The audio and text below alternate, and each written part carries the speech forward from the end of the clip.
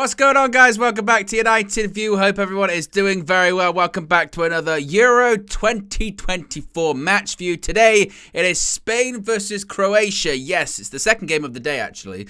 The first match was between Hungary and Switzerland. Switzerland winning by 3-1. A bit of a surprise, really.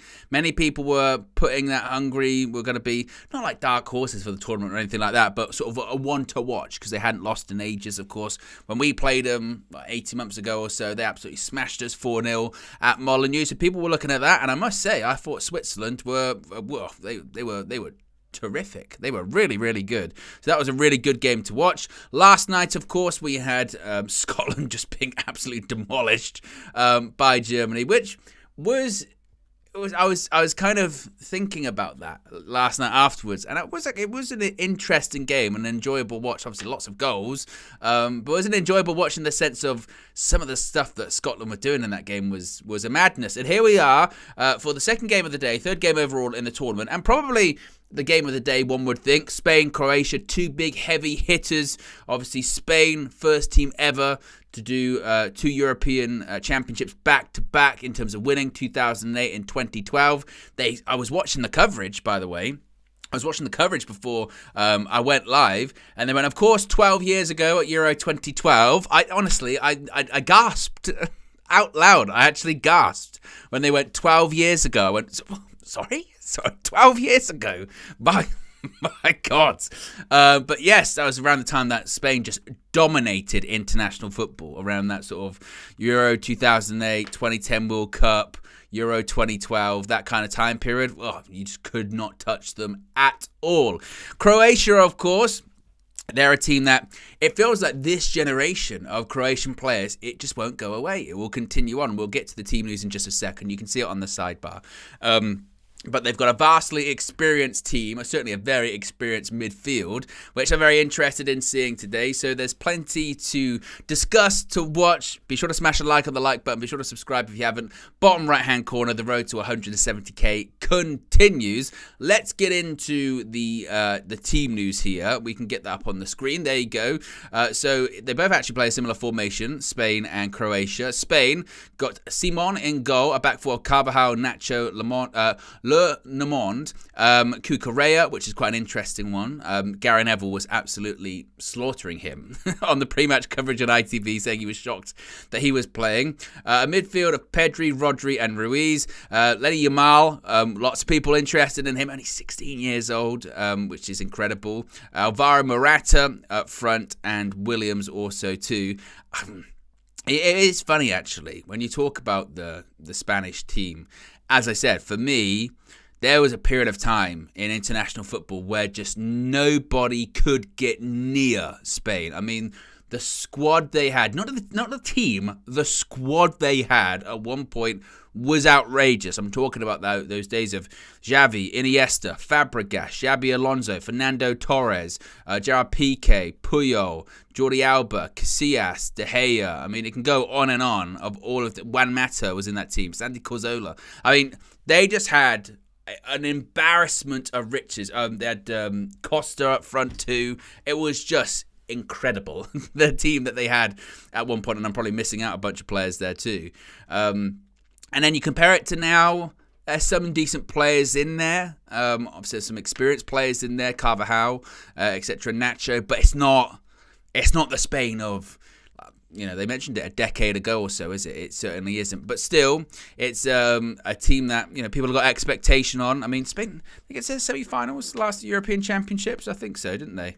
Unless I'm mistaken, I think they got fairly far. Let me just double check this. Euro 2020. There you go, knockout phase. They lost to Italy. There you go. And it was on penalties. So yeah, I think it's not the Spain of yesteryear, but still a team with very exciting players, and it'll be interesting to see again how well they do in this tournament, how far they do go. As far as Croatia, as I mentioned, it's the generation that just continues to go on and on and on. They got Lovakovic, they got Stanisic, Satulo, Pogranic, Gvardiol playing at the back, but it's the midfield three, isn't it? It's this midfield three that they was listen to the pre-match before I went live. They've got something like 327 caps between the three of them. Luka Modric, Brozovic, Kovacic. That is, it's the experienced midfield three. They have played together forever. Forever in the midfield three. And they'll do what they do today. That's why I'm going to say that I think Croatia win. I think Croatia win today. Up front, they've got Maya, Budimir, and Kramaric. And you might say, but why are you saying that? Because I watched them at the World Cup. And it was the same conversation, wasn't it? It was the same conversation in Qatar in 2022, which was, they're old, they don't have the players that they used to. Croatia, no, they won't do it. And they just carried on and on and on and on. And that midfield three, I'm telling you now, will carry them through. So my prediction is that Croatia win today. And people say, I didn't really see that one coming. I'm just having a look at their form coming into the tournament in terms of some of their recent results. Let's have a look. Because unless I'm mistaken, the last friendly they played, they beat Portugal, one of the favourites heading into the tournament. Actually, my pick to win the tournament. And this was a strong Portugal side, by the way. It wasn't maybe the strongest Portugal side, but still a very strong one. and they beat them 2-0. So 2-1 rather. So I'd say don't write off Croatia. So they're my pick for this match. Let me know your prediction. Let me know your thoughts about it in the comment section below too. A reminder, we did have a transfer view video go up earlier today. Flex talking about the latest transfer happenings at Manchester United, in particular Matthijs de Ligt being linked to Manchester United. Obviously the latest when it comes to Jared Branthwaite too. Certainly Manchester United are in the market for centre-backs. It feels more obvious going forward, maybe, doesn't it, that it's not just going to be the one. I would be surprised now at this point if we just end up signing one centre-back. It looks like Jared Branthwaite might be one of them, but we're still being linked to De Ligt. We're still being linked to Lenny Euro, which I don't think will happen. I don't think we get Euro. I think, like Ornstein was saying the other day, I think that we end up... I think he ends up going to Real Madrid, but certainly would appear that we're in the market for more than one centre-back, which I think is a good thing. And it looks like, certainly when it comes to Branthwaite anyway, that one might happen probably within the next 2 weeks. Manchester United's, I think, strategy is to really push Everton because they have to sell before the end of June because of financial fair play and PSR things and what have you. So I think that's a real possibility. I'm not really big on the. I'm not big on the 70 million or what have you, but I don't think it's going to be 70 million either, in my opinion. So, yes, certainly there's a lot going on. There's a lot happening in the world of transfers and Manchester United and things of that nature at the moment, isn't there too? Let's see what people are saying here in the chat at the moment as the teams are just about to come out onto the pitch. What are people saying here? Skiliana says the Swiss-Hungary game was good. It was. And Skiliana says Hungary made it easy, though, in the first 45. They were really disappointing in the first 45 minutes, it must be said. But I was very impressed by Switzerland. Really impressed. I tell you what, it is quite wild looking at Granit Xhaka play, because it shouldn't come as too much of a surprise, because last season, not the one just gone, the season before, when he was still at Arsenal, there was this kind of like, I tell you what, he's actually playing really well. He's actually playing really well. He's really instrumental to this Arsenal team and was really impressive, to the point that when he left in the summer, it was a little bit like, well, I guess it's just, he's a bit older now. They're just going to trade for a younger midfielder. That's what they're going to do. But then he goes to Bayer Leverkusen. He's incredible. Apart from a Europa League defeat in the final, he would have had an invincible season. And he just carried that on in the game today. I thought he was immensely impressive, as was, to be fair, as was Switzerland in that game. Really, really impressive. So that makes the Group A quite interesting, because, of course, there's been a lot of cope, hasn't there, from Scottish fans going, well, look, we were never expected to beat Germany, so yeah, it wasn't a great performance, but whatever, it is what it is, move on. And then what is quite funny now is Scotland got to face Switzerland next. And they're like, oh, shit. If we play like we did and they play like they did, we were going to be in big trouble. And yet that was, yesterday's game was so the more I think about it, and the more I sort of was discussing it last night, they just got that so wrong. I mean, again, they were expected to lose, cool. But the tactics that Steve Clark did, McTominay on set pieces was like the echoes of Harry Kane and Phil Jones on corners. It was just bizarre. And long ball as well. They got it totally wrong, didn't they? So they're going to have to find some way of trying to recover coming out of that game, certainly. But it's not going to be easy against Switzerland, no doubt about that. Pav says, Owen, you watching Clash at the Castle? I will be, yes. Once this stream ends, I'll be going live on my channel, Owen Wrestling News 555, to watch Clash at the Castle. That starts at 7 p.m. our time, so in just over 2 hours. So literally, this game finishes, and I'll be on Clash at the Castle that quickly. So we've got a busy evening, which is wouldn't have it any other way. As we now wait for the national anthems, starting with Croatia. I'm just trying to think if I can remember Croatia's national anthem.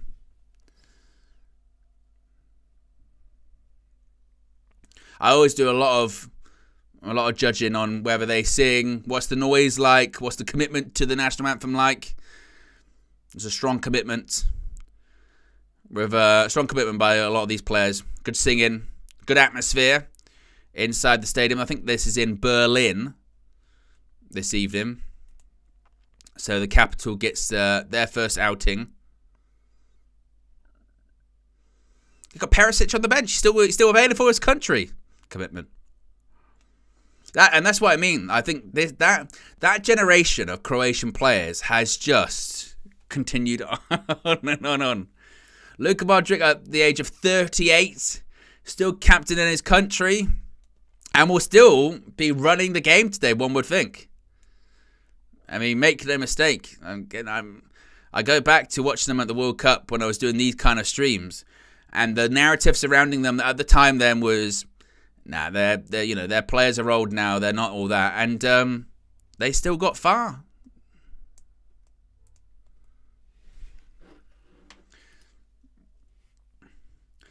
And the national anthem of Spain, of course, no words.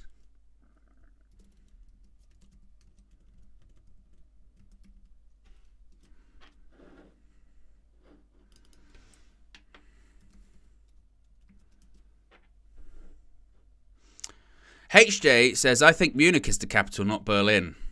Wow. HJ, I think maybe got to do the Google search, yeah? Got to do the Google search. And again, the Spanish national anthem, again, watching international football in sort of the 2000s, I felt like you just heard this all the time because they always used to win. They were, honestly, that squad used to be phenomenal.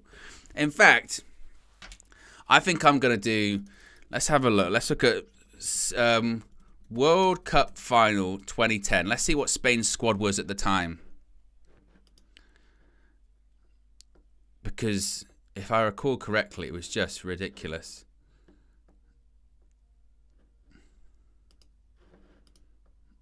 We're good if it show the teams.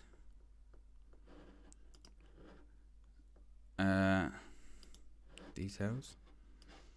There you go. So the team that started World Cup final in 2010 was Casillas, Sergio Ramos, Piqué, Puyol, Capdevila, Sergio Busquets, Xabi Alonso, Xavi, Iniesta, Pedro, David Villa. It's crazy. They made some subs in the match. That was Jesus Navas, Cesc Fabregas, Fernando Torres. What was their full squad? Does it say that? Maybe if I type in Spain 2010 World Cup squad. Spain 2010 World Cup squad. There you go. 2010 FIFA World Cup squads. I've got to find Spain. What group were they in there? There you go. Group H. They had the squad. They had Casillas, Raul Albiol, Piqué, Puyol, Iniesta, Villa, Xavi, Torres, Fabregas, Capdevila, Victor Valdez, Mata, Xabi Alonso, Ramos, Busquets, Arbeloa, Pedro, Fernando Llorente, Javi Martinez, David Silva, Jesus Navas, Pepe Reina. That is a piss take of a squad. I mean, really. I mean, that is outrageous. That's how good they used to be. what was their 2012 Euro squad? 2012 Euro squads. There you go. UEFA Euro 2012 squads. This is back when they didn't have as many teams in it. Group C, Spain. Their squad for the 2012 Euros was Casillas, Albiol, Piqué, Martinez, Juanfran, Iniesta, Pedro, Xavi, Torres, Fabregas, Negredo, Valdez, Mata, Xabi Alonso, Ramos, Busquets, Arbeloa, Jordi Alba, Llorente, Cazorla, David Silva, Navas, Pepe Reina. Like, they just were something else. I mean, to be honest, they are definitely in that conversation. That Spanish team from, 2008 to sort of 2012, 2014 has to be considered one of the greatest international teams of all time. It's got to be up there. You know, for all of the talks about, great Brazilian sides and Argentinian sides, that Spanish crop is something else. As we just are awaiting kickoff here.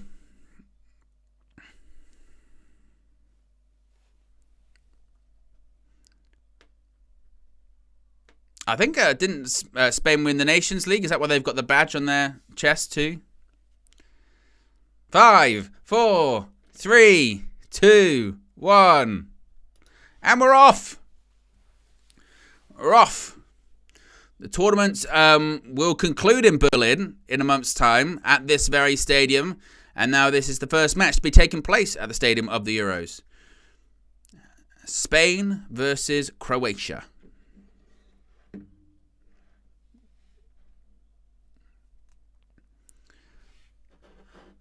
And again, what Lamine Yamal, by the way, is, talk about a prodigy, 16 years old. 16 years old, and he's starting for his country at the Euros.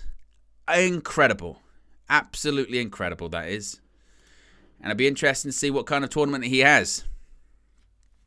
It could be the first of, you would think many an international tournament for him. Talk about the ability to set records. And Spain, the Spain tactic, here's Cucurella. Rodri gives it out to Carvajal. Of course, scored the goal in a Champions League final just a few weeks ago. Here is Yamal, first touch for him. Carvajal. It must be said, just listening to it, it sounds like the majority of the stadium is filled with Croatian fans. So there is a huge amount of support for Croatia as opposed to Spain. It's again practically a home stadium for them. Is Carvajal. Red Baron says, did Cesc Fabregas play at 16? For Spain, I don't know. That's a good question. No, for Arsenal. Here's Williams.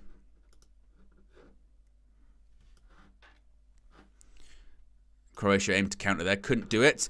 Red Bam with the super chat says, do English teams always feel like they are with the view of what the newspapers are going to write? Feel like they are with the view of what the newspapers going to write the next day? They play within themselves. Well, this is the thing with the English media, yeah? And it's been a tale as old as time, as they would say in the Disney film, right? The English media's ball forward and swept up by the goalkeeper. The game with the English media when it comes to the England national team is big them up, put loads of pressure on them, an expectation on them, and just before the tournament starts, just completely cut them down to size with some kind of scandal or some kind of narrowing in on one player, whether it's, Euro 96 of them going out and was it the dentist chair with Paul Gascoigne, whether it's the Wags in 2006, whether it's just whatever. They always do it. Every single tournament, they have to have a scandal for whatever reason. It's just, that's what the English press are. They're just the worst. And that's what's funny about, the chatter about, the English players and the expectation and, them bottling it and whatever. And the English media have their part to play. They're horrible. They are. But if you turn that back on them, then they'll go, no, we're not.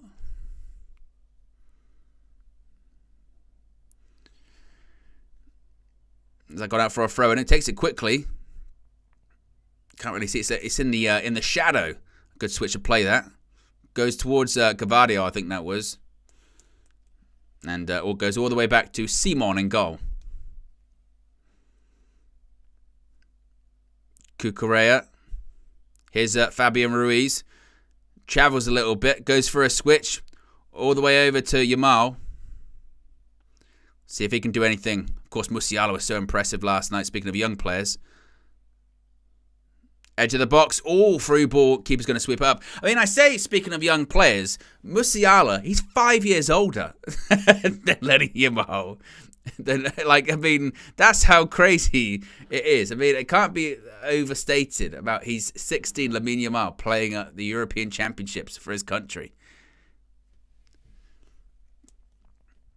Rodri. Pale Blue Dot says, Owen, send some love to your dad. He's been getting a lot of stick for his shirt choices. Well, he did say, he said he would leave the decision up to the UV community this year about who wanted to, who's going to pick it and all that. So I think at some point we've got to figure out to do a poll for that. That's a good pass once again out to Yamal. Going to try and take on the defender into the box. Back to Carvajal. Puts it in. A very flat cross. It wasn't very good. And now Spain have the ball back. It's going to be a lot of this, isn't it? A lot of this. Spain having the ball. A lot of Croatia trying to keep their shape. I mean, 5 minutes in. Nearly 80% possession for Spain. Will it be pain for Spain, though? And sweeped all the way out to Cucurella. Here's Williams. Ball over the top. He's into the box. Good defending. Very good defending by Sutalo. Who plays for Ajax, I think it is. Look at that. Just shepherds him off the pitch. Good defending. I tell you what, Spain press high, didn't they? Right on the edge of the box. What was very impressive about Germany last night was that's a poor pass. Giving it all the way back to Spain already. Here is Yamal. Edge of the box. Morata takes a shot. Held by the goalkeeper. It is a really wild day that Alvaro Morata is the captain for Spain. Like, for me, I've never been big on him. I've always thought that he's very overrated. I've always thought that, I mean, misses a ton of chances. I know we were linked to him for a long time. Didn't he even dye his hair red in the year that we ended up getting Lukaku? Because the thought process was it was going to be Chelsea got Lukaku, we get Morata. And it ended up being the other way round. But he had dyed his hair red or something. But then he was at Chelsea and he was just, miss a lot of chances, not all that. He's played for some massive clubs around Europe. My goodness me. And he's played for Chelsea, he's played for Juventus, he's played for Real Madrid, Atletico Madrid. I mean, talk about some huge clubs, but I've just never really been all convinced. I think he's a free agent now.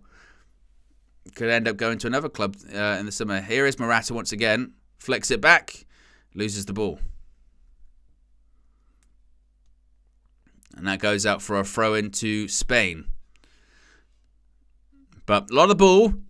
Typical Spanish possession-based style. I mean, I remember watching Spain at the last World Cup when Enrique was the manager. And they were actually quite painful to watch because they just passed the ball to death and couldn't really score many goals. Pass out to Williams on the left. Of course, he's been linked to a few Premier League clubs, hasn't he? Rodri. And passed all the way back once again. Oh, up all over the top. To Lenormand. And out to Carvajal. Oh, I tell you what, sometimes these games can be quite tedious, can't they? You know, when it's just like sitting behind, passing it sideways. They have no problem just going back, resetting, do they, Spain? There you go, Croatia win it back. It's Sutalo. Look at that, that's a nice turn. Better something. And keeper just hoofs it up the pitch. Rodri wins the header.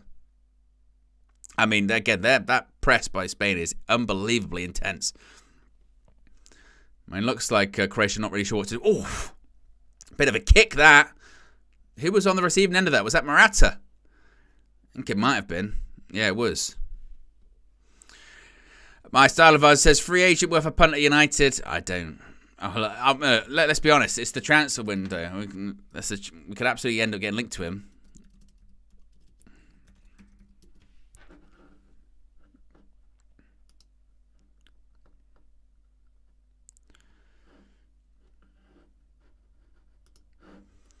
But it's a free kick to Espana,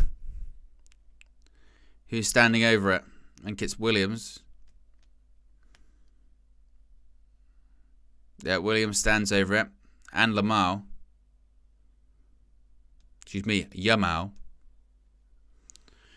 Williams puts the ball in. Rubbish. Goes all the way out for a goal kick. 10 minutes gone. Still 0-0. And to be honest, I mentioned this yesterday during the Germany-Scotland game. And it is true that don't be shocked if this game ends up in a draw, 0-0, something like that, because sometimes the strategy is, in particular, when you've got a big game as your first game, you just don't want to lose. Don't want to put yourself in a difficult position where you've got to win your final two games, or you're running the risk of being one of the best place, third place teams or what have you. So this could be a situation where it ends up being a drab 0-0.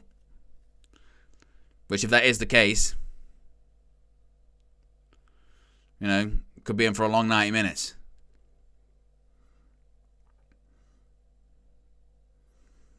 Gavardio. There's Kovacic. Loses the ball. He can't hold on to it either, and he's meant to be one of the better players that can hold on to the ball. If he can't. But Spain's, their press has just been outrageous thus far, winning the ball back with ease. There they are again. Ruiz, good switch. And goes out for a goal kick again. Just get the impression that Spain is going to, again, dominate the ball, pass it to death, and then maybe Croatia might be able to hit them on the counter-attack. But, I mean, given the fact that they've got an old midfield, maybe, again, this is going to be the point that Spain just try and say. They'll go, look, if we get them running around enough. They've done it again. They try to play out from the back. They just can't do it. Oof. Croatia managed to recover. But that's like 2 or 3 times already that Croatia have tried to play out from the back. Spain's press is just too intense, and they lose it immediately. That Kovacic goes down, and I think it's a dive. I mean, that's a dive by Kovacic. Doesn't get touched at all. And he has to go down because he's got nobody around him apart from Spanish shirts.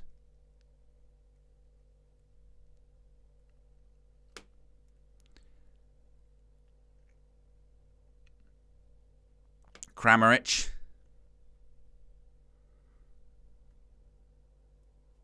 There you go. It's a bit better by Croatia. Stanisic. And a rare bit of possession now for Croatia. And I think probably best advice would just be to keep hold of the ball as long as you can. Just try and, it's a lot less taxing, a lot less tiring when you've got the ball, I suppose, when you're just chasing it the whole time. Here is Kovacic. Modric. Nice forward pass there.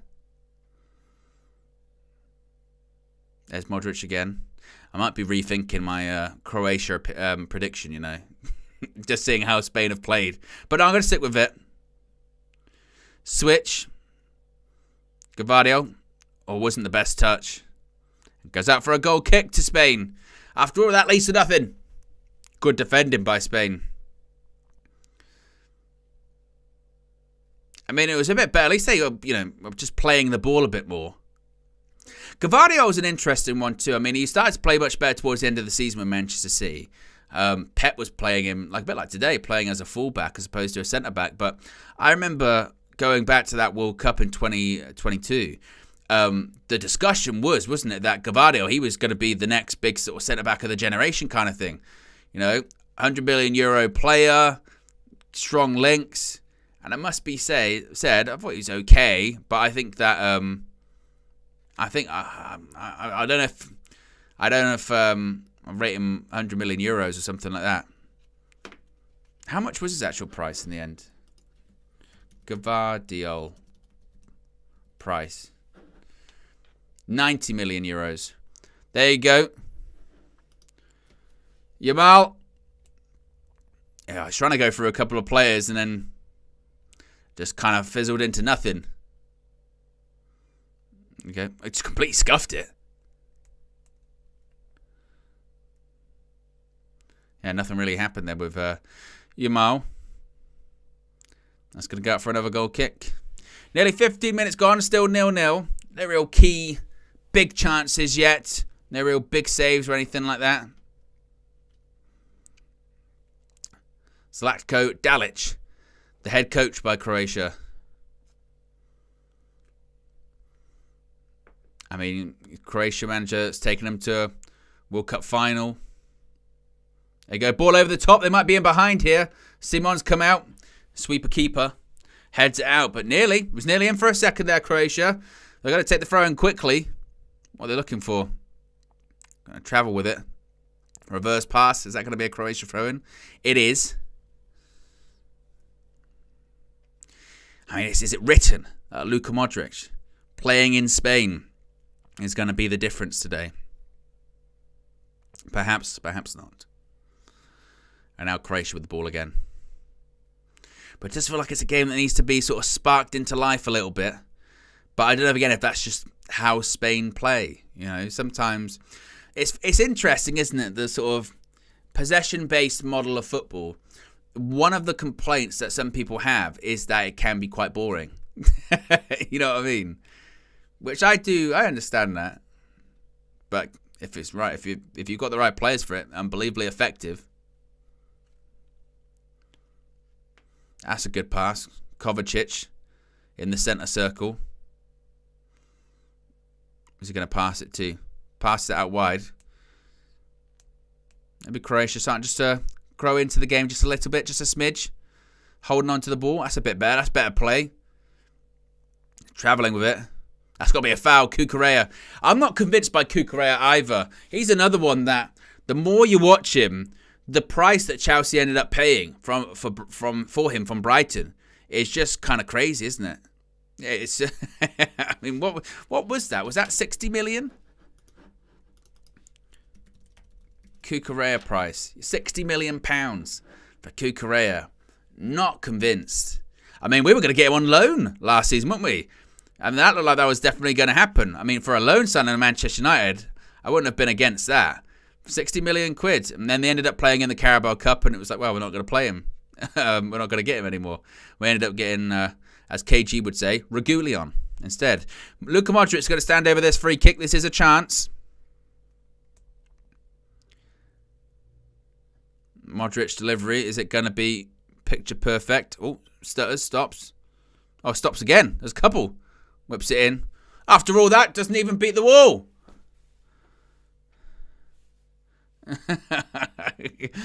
I mean, that was a really good area to put the ball into the box. They've got the little routine. Stop, stop, stop, stop. And then the delivery's rubbish. Oh, my word.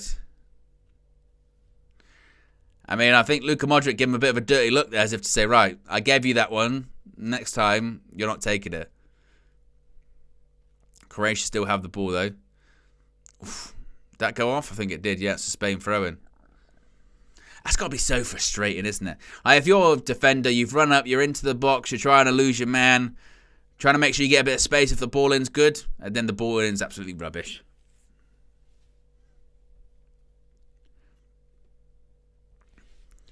Who have they got on the bench, these teams?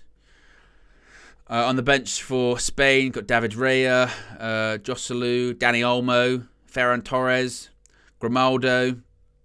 See that I'm surprised by that one. I'm surprised that Grimaldo doesn't start as opposed to Cucurella. Eric Laporte's on the bench. So they do have some game changes. As far as Croatia, not many that stand out. You've got Pasalic, Perisic, Nikola Vlasic. But again, I feel like we've seen these names for good knows how long.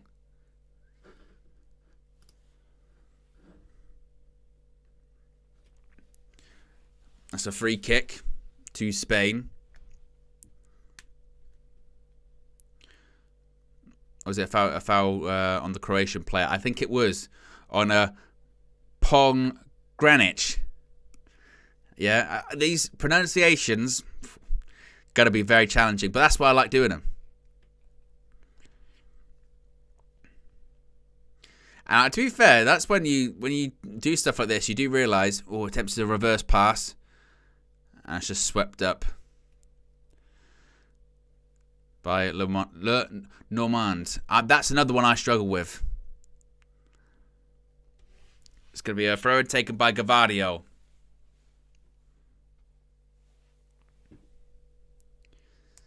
But nearly 20 minutes gone, and it must be said, very dull game thus far. Plays the ball across, flicked on. Cucurella is trying to recover. Stanisic.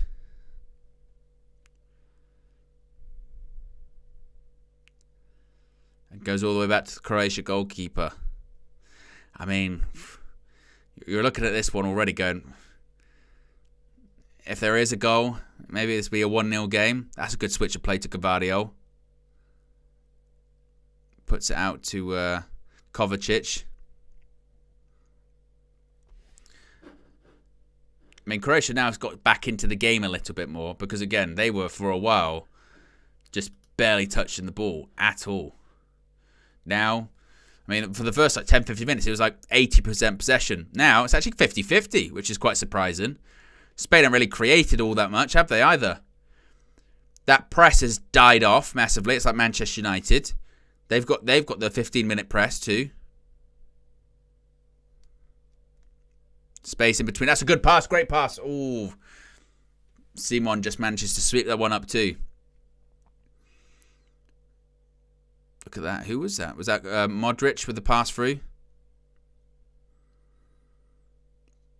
But Croatia got right back into this. There you go. Play the 1-2 by Croatia. Kramaric. It's not the best pass. Back to Gavadio. But now, actually, Croatia actually shading it in terms of possession. Still haven't managed a shot. Spain only mentioned 2 shots, 1 on target.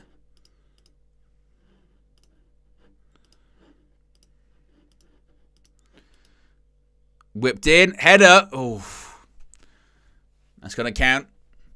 Goal kick at the end to Spain, but Croatia, I think they're on top here. It's a cross from deep, manages to make the run across the centre-back. And Lenormand just manages to do enough. But the header goes over the bar.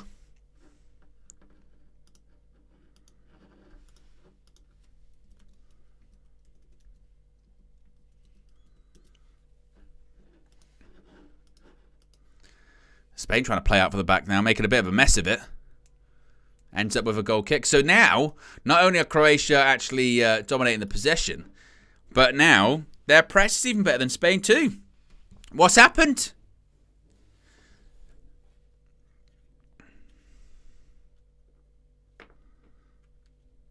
Also, actually, as commentary bring it up here, thoughts, prayers and condolences go to the family, friends and loved ones of Kevin Campbell, sadly passed away today. I mean, incredibly young, only I think 54 or something like that. Incredibly sad news. So obviously, best wishes go out to Kevin Campbell and his family. Horrible, horrible news. Certainly no age. And of course, also, thoughts and condolences go out to Sarkic, the goalkeeper from Millwall, who sadly passed away too. He's only 26 years old, Montenegrin international too. Only played a few days ago and collapsed, which is incredibly sad. So a heavy day on the heart of football, certainly. That's a throw-in to Croatia. 24 minutes nearly gone, still 0-0. Gavardio's going to take it. And Spain have really dropped off. Surprisingly. As I mentioned, their press is kind of nowhere near as intense. Suddenly, that midfield three that I was talking about before the game, that experience of Modric, Brozovic, and Kovacic, suddenly getting more space than they didn't have initially.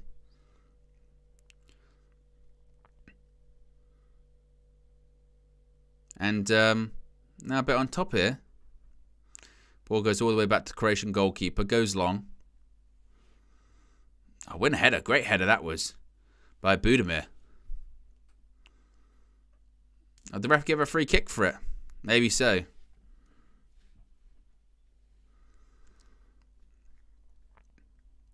But at least they do have an outlet in Budimir. This was one of my criticisms last night of Scotland.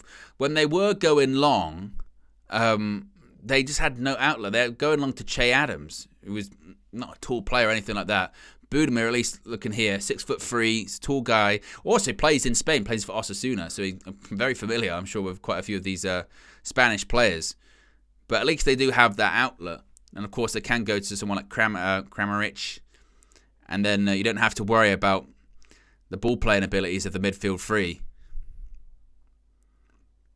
Once again, big kick by Livakovic, the goalkeeper. Luka Modric, he tried a pirouette there. No foul. Play on. Fabian Ruiz out to Williams on Spain's left-hand side. Crosses it all the way to Yamal and goes out for a goal kick. That front three, I just don't think it's working for Spain at the moment. I mean, they've tried a couple of times to get it to Yamal, but the surface has not been all that great. Modric went down. It was never a foul. Correct decision by the referee. But I'm just not seeing a lot of sort of danger, really, from either side. A good header. But goes all the way back to Unai Simon in goal.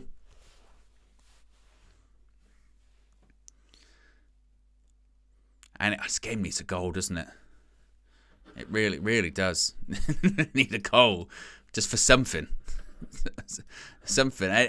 Anything. Goes all the way back to Livakovic in, not Simon a goal. That was a flat pass. I don't know if that was intentional. Oh, beautiful. Well done. Who was that? Stanisic, the fullback for Croatia. Just a little back heel to get out of that situation. Ball towards Kramaric. Doesn't win the header.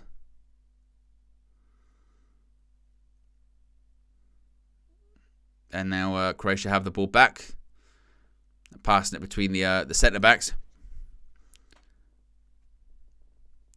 Out to Gavardia. Wasn't the best pass to him, actually. Goes all the way back to Livakovic, the goalkeeper. Azion says, I really feel like this will end a draw. Honestly, I wouldn't be shocked. Red Baron says, who is the standout Spanish player? Well, there's always a lot said about like Pedri. I mean, obviously there was a lot of chatter about Yamal because he's so young. I mean, 16. I mean, talk about a prodigy. And it's almost counterproductive, isn't it? Playing someone so young in a tournament because it's so unique. If you're playing a player at 16 years old, the natural reaction is, well, he must be amazing if he's playing in this tournament. So the expectation on him would be super high. But not been blown away by Spain just yet. Rodri, good pass. Morata, he's through on goal. Alvaro Morata is through. And it's 1-0. Spain scored. Thank goodness me. The game needed a goal. And Alvaro Morata, I was criticising him earlier on. And he gets the goal. I think it's Rodri with this pass. I think it's Rodri. It's absolutely fantastic. Just splits Croatia in half. And then Morata through on goal. You're wondering, with his record anyway, 50-50 whether he's going to put it away. And he does. There's Rodri. Who was that? I think he's onside Morata. I feel like the keeper should do better. I'm going to have a look at this. My initial reaction was where the ball ended up. The keeper should do better. Well, maybe not. Centre. It's just a cool confirmed finish, isn't it? Just passes it in. Maybe the keeper could do a bit more, perhaps. But Morata scores. First chance, first goal, and the game needed it. It really did. I don't know now if Spain are just going to, just now completely control the ball. But as V says there in the chat, finally something happened in the game. Indeed.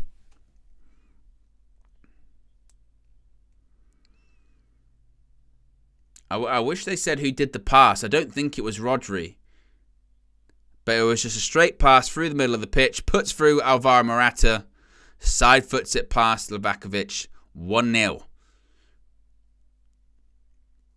Now Croatia. To be honest, I don't think Croatia will really change all that much. It's not as if they've been super defensive. That's a good pass. Space in the middle. Here's Kovacic. He's got a lot of space, actually. He's going to travel. Kovacic. Edge of the box. Take a shot if you want. Shoots. Oh. Held by Simon in goal. Just suddenly, out of nowhere, Kovacic just had so much space. I think he was surprised. Got a bit of a deflection in the end, too. And Simon holds it. Well, maybe now. Maybe we're going to have something in this game. 15 minutes to go till half-time. 30 minutes gone. Spain 1-0 up. Alvaro Morata with his first goal of the tournament. Cucurella just kicks one off the Croatia player for a Spain throw-in. If you haven't already, click the like button. Be sure to subscribe to bottom right-hand corner. There's going to be plenty of Euro 2024 coverage coming. Tomorrow, I think tomorrow I'm doing 2 games. Let me actually double check which games I'm going to do tomorrow. Obviously, I'm going to be doing England, of course. But I'm thinking of doing Poland and the Netherlands at 2 o'clock. And then taking a bit of a break and then doing England 8. Yes, so I think I'm going to do those 2 tomorrow here on United View. If you're worried that any of the Manchester United stuff is going anywhere, it is not. You don't have to worry about that. Let's let this play out. Yamal cuts in, checks onto his right foot, passes it off the Croatia player. I think that one's not going to go anywhere now. But all the Manchester United coverage is staying as is. Edge of the box here. Pedri. Ruiz. Oh, look at that. Great feat. Oh, what a goal that is. That's sensational. Absolutely brilliant feat by Fabian Ruiz. Fantastic. Shifts it onto his left. Shifts it onto his right. Puts it in the bottom corner. That is excellent. That is brilliant. Tight area. It doesn't matter. That is so good by Fabian Ruiz. I wasn't too sure what was going to happen. It came out to Yamal. It wasn't really going anywhere. And it's a tight area. I want to see this again. But that is absolutely spectacular. Brilliant goal. Brilliant finish. Let's see the replay of this. There you go. It's just shifted over to Reese. He's got a lot of space. But here, look at that. Cuts back. Goes into that area. Puts it onto his left foot. Brilliant. Look at that. I think it goes through the defender's legs, actually, as well. Yeah, it does. Goes through the legs. Deflection doesn't do anything to it because he connects with the ball so well. But it's the little turn. It's the little sort of shifting it onto his left foot, then takes the shot. Well, shifts it, goes in and out of the players, and then boom, puts it in the back of the net. Brilliant goal. 2-0 to Spain. Very, very, very good goal by Fabian Ruiz. And just like that, I said I wasn't that impressed by Spain. And to an extent, still not so much. But now Croatia got to do something. Gavardio, edge of the box. He's in the box here. Comes out. Oh, good save by Simon. Reaction. Oh, side net. And suddenly this game has just exploded into life. A bit like what happened after the first goal. Kovacic managed to have a shot. But the ball ricochets. Edge of the box. That's a good save by Simon. Puts it out into a good area too. You don't want to push it back into the danger zone. Does that. Gets I think that's his left hand to it. And goes into the side net. And it's good goalkeeping. Good goalkeeping, and that's a chance for Croatia.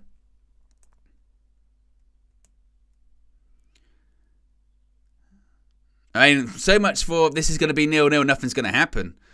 Because both times Spain have scored, Croatia have gone up the other end and just had chances. So this game's now really going to open up. And I mentioned the stadium there in Berlin, it's largely Croatian fans there, and they've been silenced quite a bit. You can only really hear the Spanish fans celebrating at the moment because 33 minutes in, close to 34, and they're 2-0 up.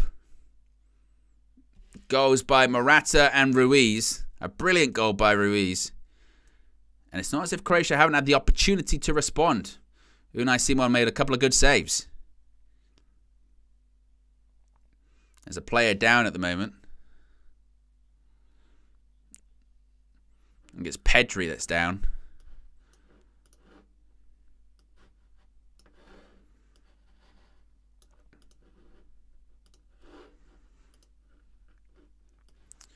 But as I mentioned, game certainly transformed back into life.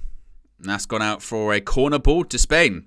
I mean, with how, I would say Croatia on the ropes per se, but with just suddenly how this game has just gone into life, I feel like Spain will just, they should anyway, smell the blood in the water here and say, look, let's kill this game off if it's not dead already. We can get another one before half time. 10 minutes to go.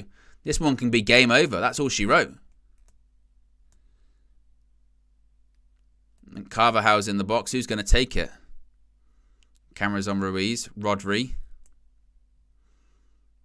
Williams, ball in. It's a good ball, actually, and it's headed over the bar by Lenormand. I think he wants another corner. I think it does, actually. I don't think he heads it. Poor decision. I think that came off Pogranic. That's poor goalkeeping by Livakovic. A couple of times. That's like maybe the third time here. The third time Croatia have tried to play out from the back, and they just can't do it. They've tried it several times. Either the press from Spain they can't handle, or their goalkeeper trying to do it, trying to play out from the back. They just puts it out for a throw-in. But a very strange first half this for, 30 minutes, 25 minutes. Was really nondescript, nothing to get excited about. And then a couple of flashes by Spain. First goal was just passed through the middle, Morata scores. And then a real bit of quality by Ruiz for the second. And a couple of opportunities for Croatia too. Here's Yamal, who I'm still waiting for him to do something, you know what I mean? I know he was technically involved in that second goal, but I'm waiting. Look at Morata. Cucurella. Well, he's gone down for... He wants a penalty, I think. Look at him. Look. We saw your eye. You were looking, Cucurella.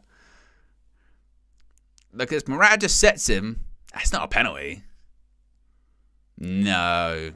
Nothing in that at all. If anything, Cucurella is the one that sort of dangles his leg in. Just going to replay this goal. Look at that feet. Brilliant. Goalkeeper can't do anything as well. Can't see it. Goes through the legs. But he just sort of shifts it onto his left. Brilliant. Fantastic goal. I mean, I tell you what. In just 24 hours, we've seen some really impressive sort of solo efforts in this tournament, haven't we? I mean, last night was like that with Musiala. His footwork was brilliant. Here we go again. Croatia trying to play it out from the back. They managed to get away with it this time. And suddenly, Spain's press is re-energized, isn't it? There's Kovacic, bit of space in the middle. Whenever they've been able to get any of those sort of midfield frees, that's really poor by Kovacic. Who did that hit? Pedri, I think it hits him in the face. He's gone down. Of course, it's a head injury, so play has to stop. Let's have a look at this. Ooh. Yes, nasty.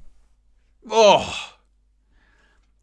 You'd do a standing 10 count, wouldn't you? 1, 2. You know when they go, put your hands together. Put your hands in. Your hands in? Yeah. Ouch. Nothing worse than that. You know when you're playing football, you know, whether it's a match or you're playing at school, and that ball, boom, right in the mush, hits you.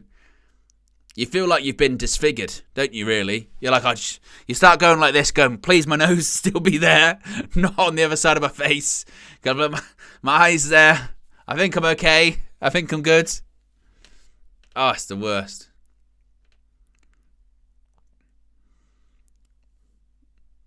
But 2-0 to the former two-time winners of this tournament. I mean, Yamal, again, he was born in July 2007. So that means when Spain won the Euros in 2008, he was 1. That's crazy. That's a poor pass. Croatia throw in.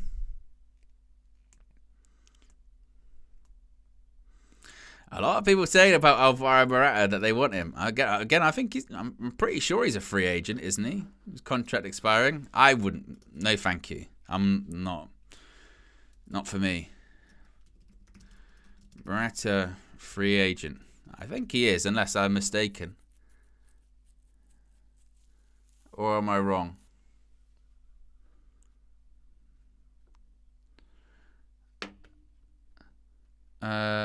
Current deal expires in 2024. Or did he extend it? He extended his deal to 2027. So maybe he's not a free agent. Maybe he's just leaving. Morata leaving.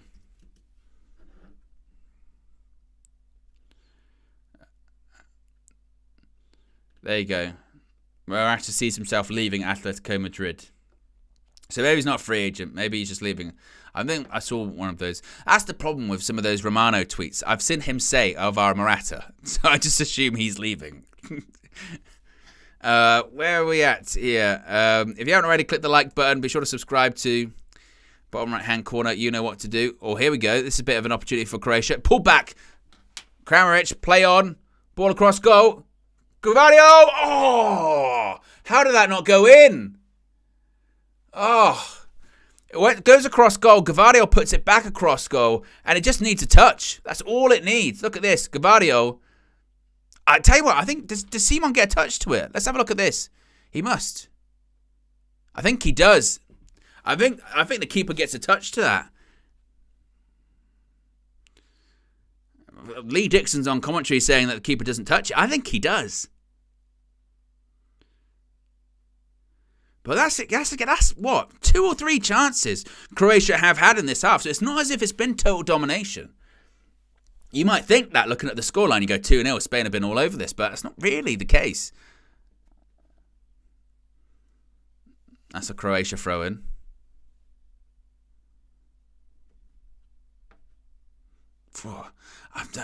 Look at them. Again, I'm going to keep beating this dead horse here. Croatia cannot play out from the back. I mean, it is that even then, that was so close. Livakovic trying to play out. Nearly got caught a couple of times there.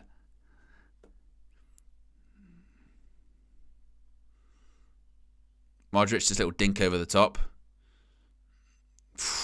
They've lost it again. Carvajal, Rodri does really well there. Manages to keep the ball. Cucurella.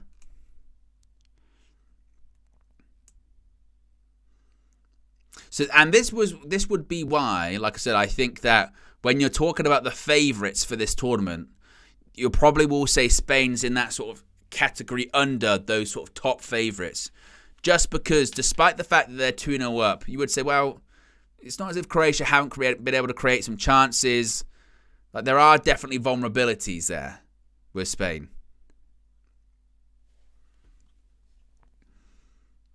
Goes all the way back to Simon.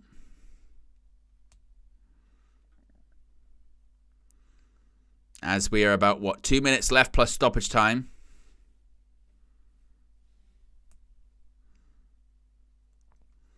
Spain will probably just try and play this until they get to half-time, keep the ball. Or, again, the next goal is the most important one of the game, isn't it? Oh, here's Cucurella. Into a good Eric Kukurea. Deflected. Keeper manages to grab that one there.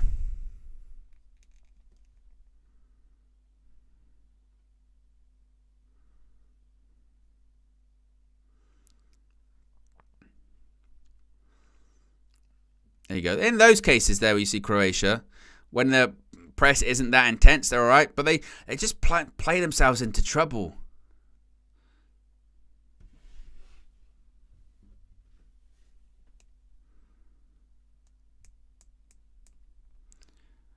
There's Modric. Gvardiol again. Modric.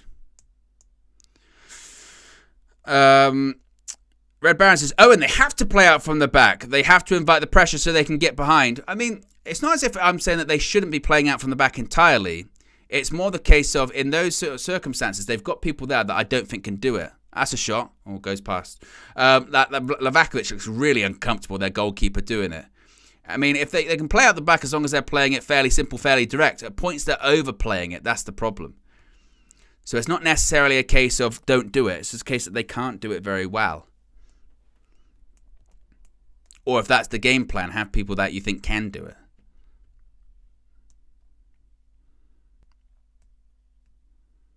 You would say, because you would then say to people like Modric or Kovacic, if we're going to play out from the back, just drop deep. So we can just give you the ball immediately, then you can play out from the back. Because some of these defenders aren't very good at it.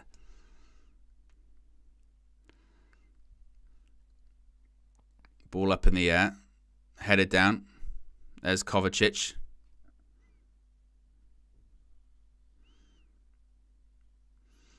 There you go. Kovacic carrying it a bit more. Gvardiol out to Kramaric. Ball in. Oh, what a touch by Luka Modric. That was outrageous. Do you see that? Just outside of the boot. Comes back. Kovacic. It was too far out. It's about 25 yards. Tried the sort of whip. Goes wide. Look at that. I mean, he tried to curl it and it's got no curl at all. And he gives a little thumbs up as if to say thanks. Screwed that one up a little bit.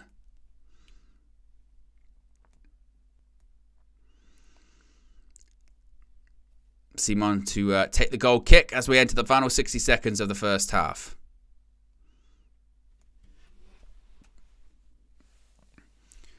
Simon goes long. And now Spain just going to, I think, just hold the ball until half-time. There you go. Ball through. Here is Williams. I tell you what, if he can reverse pass. Oh, I thought he was just looking for Pedri, who was in the box. He did see him. Williams kind of scuffs it a little bit and allows the centre-back, Pongranic, to clear it.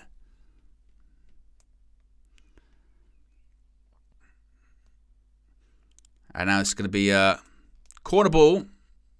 Probably last corner of last set piece of the half, last anything of the half. Williams. Yamal. Ball in. Oh, it's a teaser! 3-0! Brilliant. Now that, I said I was looking for something from Yamal. I was looking for a bit of genius. That is a brilliant ball into the box. Can't do anything about that one. Carvajal follows it in and puts it past the goalkeeper. That's what I was looking for. Carvajal scored in the Champions League final. He scored here today too. That's a brilliant ball. I want to see this replay again because it's one of those ones, keepers, you can't come for it. It's in the danger zone. And to be honest, it's one of those ones that if everyone leaves it, the keeper's got a bit of a problem. It's a teaser. Take a look at this. Gets it out of his feet, puts it into that area. There you go. Carvalho times his run perfectly too. Puts it past the goalkeeper. Great ball, great run. Nothing that the goalkeeper can do. And to be honest, the marking is, they have no idea. They really have no idea that he's even there. But that's game over. Half-time. And that is 3-0. Wow. 3 goals. Morata, Fabian Ruiz, and Dani Carvajal with the third. And now Croatia, I mean, they're done. They're done. It's half-time, but it's game over. Absolutely game over.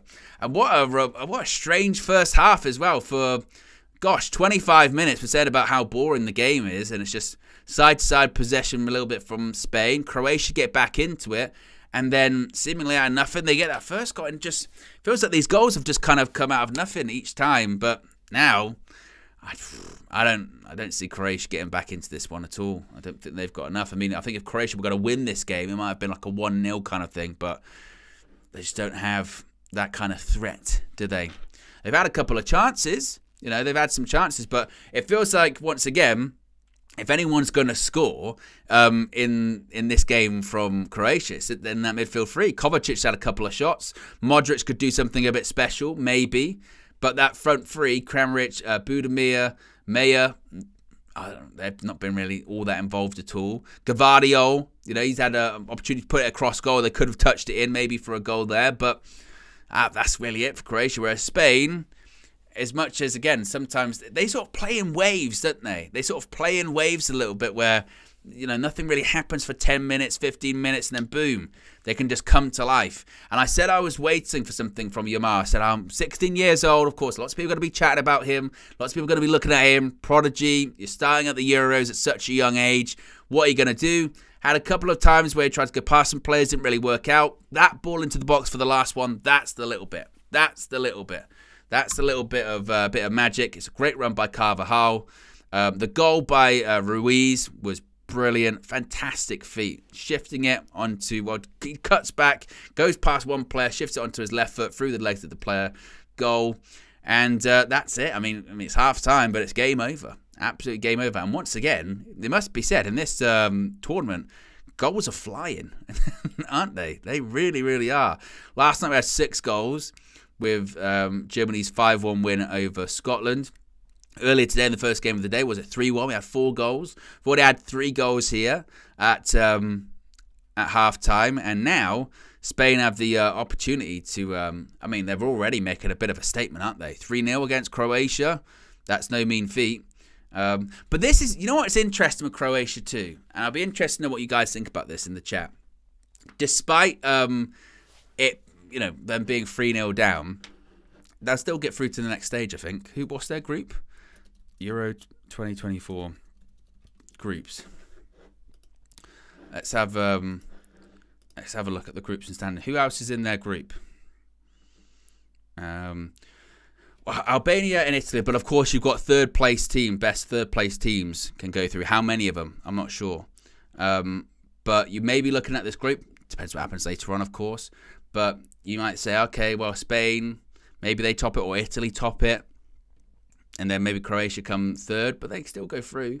And what's funny about Croatia is, and as we've seen in the last several tournaments, Croatia, as the tournament goes on, they somehow find a way to go through. Show says, told you it'd be a boring draw, Owen. Yeah, exactly. Well, I told you I thought Croatia was going to win. So, yeah, we both... we're spot on with that one. But that's the beauty of football, isn't it? You never know. You got feelings, and then suddenly, boom, the opposite can happen. It's an unpredictable sport, isn't it? That's the best thing. Red Bow in the super chat here says, "What is your second best football position?" Myself, before I started playing in goal as a kid, I used to play. I didn't really have a position. I used to just play out pitch and was not that good. And then started playing in goal. Do you know what it is? Because I feel like this is the origin story for most goalkeepers, by the way. But I started playing in goal because I used to just have a kick around with my brother in the garden, and he was older than me and bigger than me, so he was just like, "You go in goal," and kick the ball at me. And then that was it. So yeah, I don't really have a second best football position, really. If I had to, if they were like, "Oh, go out, play out on pitch," I don't know, it'd probably be like centre back or something, maybe, because it's just one step forward from being in goal, perhaps. But yeah, it's not. Yeah, It's any other position, not that great. What else are people saying here? Skiliana says, little bro always goes in goal. Them's the rules. It's very true. And then what it is as well, again, because he's older than me and bigger than me, he should just smash the ball at me. So the early goalkeeping fundamentals were more self-preservation by anything than actual trying to save it. That was, Tywin says, I just think Owen has been shocking. I appreciate the constructive feedback, Tywin. Stephen says, you sound just like myself, Owen. Keanu says, did you see the Ronaldinho comment? I did. I did see that about him saying that he wasn't going to watch Copa America or any of the games of Copa America. And I think he said that he sort of the joy had gone out of football or something like that, or the creativity had gone out of football. I'm paraphrasing that a little bit, but I did see some stuff about how he wasn't going to watch any of the games because, again, sort of creativity had sort of gone out of it, or individualism had gone out of it, kind of thing. But I mean, look, Ronaldinho is one of the most creative, inspiring footballers ever. I thought it's a wider discussion, isn't it? Because you do see this talk a lot, don't you? People say, well, nowadays football's become almost too focused on sort of, the tactics and what have you. And the sort of Pep Guardiola inspired effect on football that everyone plays possession based and everyone plays out from the back and everyone does, that has kind of ruined football, which I kind of can understand what they're a little bit what the point is of that one, just saying that it does feel like now everyone's trying to play, I guess, the same way, and the focus has become so much on tactics and what have you. I think it's a good debate, absolutely. But I do think things just come in vogue too, and things do evolve. I remember when there's a period of time in the Premier League, it was in particular really after Conte won the Premier League with Chelsea, for like a year or 18 months, like so many people started just playing five at the back or playing with wing backs. It was crazy. And then it kind of goes out, whereas I suppose with Pep, that his style has kind of been around now for the best part of a decade and a half, maybe, really. And maybe people are a bit tired of it, perhaps. But and I suppose maybe that's why people do really like watching teams like, say, Real Madrid play, because they play with a bit more sort of creative freedom and it's a bit more individualistic, or it's a bit more not as rigid. It's a bit more open, a bit more fluid, perhaps. It's an interesting debate point, I think, about how that's changed football. And I do get it when people.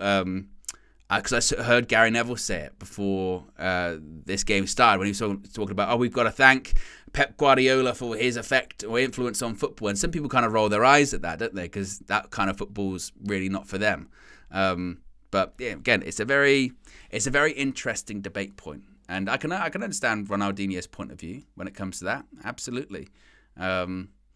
Yes.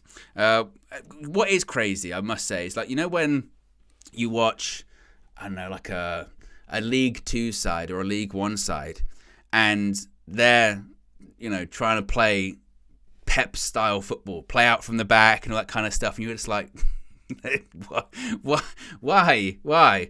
But I think that's because that's certainly younger coaches, more modern coaches, that's because that's what they think how football should be played now, isn't it? You play out from the back, you keep possession, you don't go long because you lose the ball, you just play out from the back, keep the ball, that is what it is. And maybe that's just how football's evolved. But what I don't like with that is, and this is one of my criticisms of Gareth Southgate, is I don't like coaches that do that, because they're like, well, that's just it almost feels like they're trying to be Pep. You know what I mean? They're trying to be Pep when they're not. Be your own style. And maybe that's what the frustration is. Maybe just people just want to, I think maybe fans just would be like, no, just be yourself. Don't try and be a lesser copy of a Pep Guardiola team. Don't try and be a lesser copy of those Spanish teams that I was talking about earlier on. Like, do your own tactics. Have your own individual imprint on things. In fairness, to a manager or a coach, like say Jurgen Klopp, his own style and philosophy, and it's different to Pep, absolutely. And in fairness to Liverpool and Jurgen Klopp, at points they've been one of the most entertaining teams to watch, because they're end to end. They're end to end. They press. They go from one end of the pitch very quickly to the other, and I think maybe that's why people really liked watching that. It's just because it was something different to that sort of laborious sideways passing, pass the teams to death, wait for a gap to open up, and then boom, score. So it's very, it's I think it's a wider point, and I think it's a fair comment by Ronaldinho, no doubt about it. What else are people saying here? Skiliana says, I've never enjoyed watching a team as much as the Brazil 2002 team. Ronaldinho, R9, Rivaldo. K-Flow says, it bores me, the whole system play out from the back nonsense. Show says, be like Sir Gareth. Well, look, England start tomorrow. England play tomorrow against Serbia. And but again, this kind of factors into what I was saying actually about like sort of why you're trying to be sort of Pep light or play like that, even if that's not really your philosophy.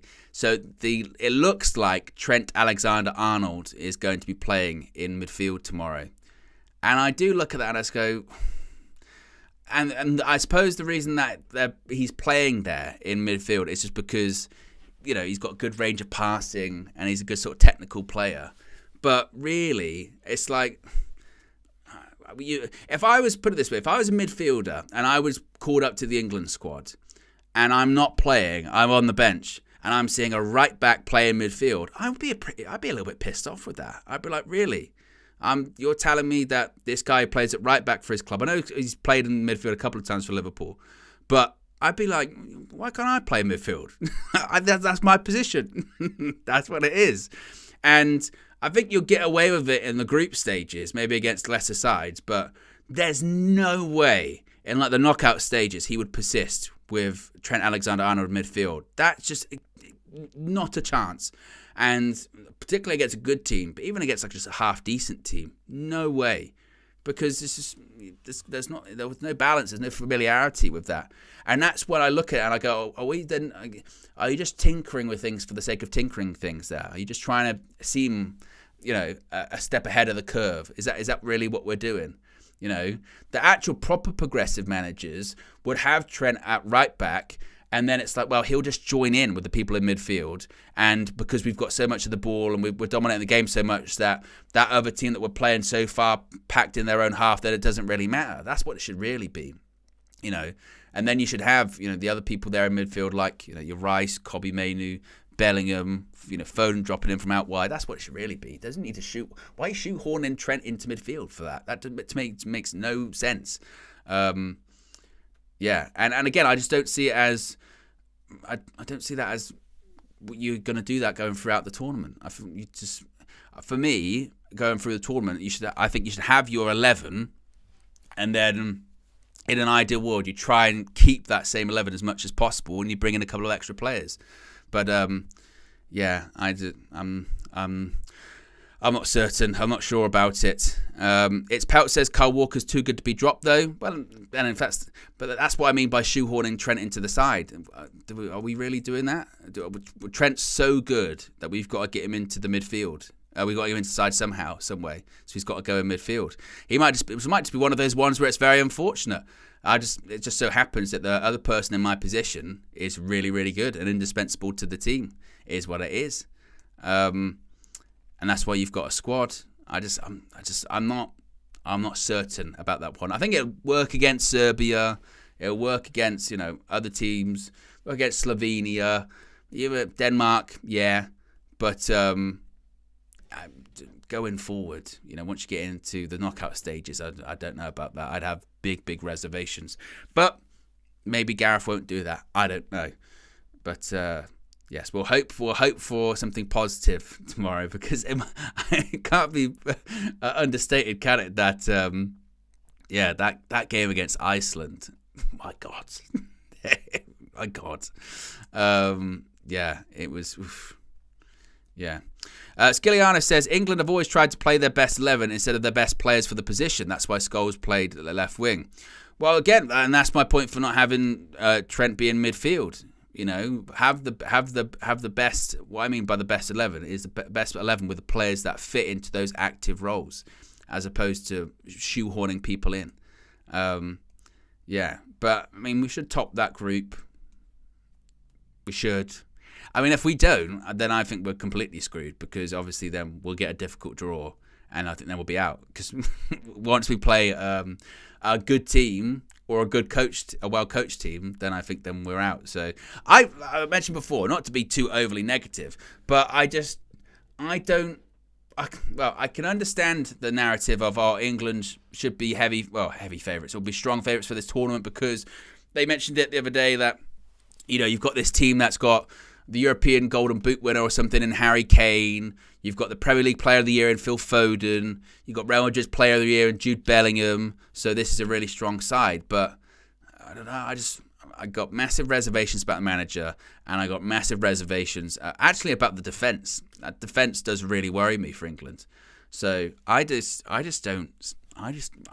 us going that far. I really think quarterfinals for me at best. I think we'll probably make quarters, and then we'll probably go out. I don't have that feeling that I had, say, during the last Euros. And to be honest, that was primarily based on the draw. I mean, it cannot be understated. Gareth Southgate's had some magnificent draws in his tournament career as England manager. The run to the World Cup semi-final, that'd be the best run England will ever get to a World Cup final. And the run to the Euros final too. A fantastic run. In terms of teams playing, I mean, the most difficult team was Germany, and it's not the Germany team that played last night. We're just about to kick off for the second half. And we're off. Second half is underway. 3-0 to Spain. What are Croatia going to do? Is this just going to be a case of damage control, damage limitations, or are we going to see Spain really put the knife in here? We shall see. I don't know if there were any subs at halftime. Let me have a look.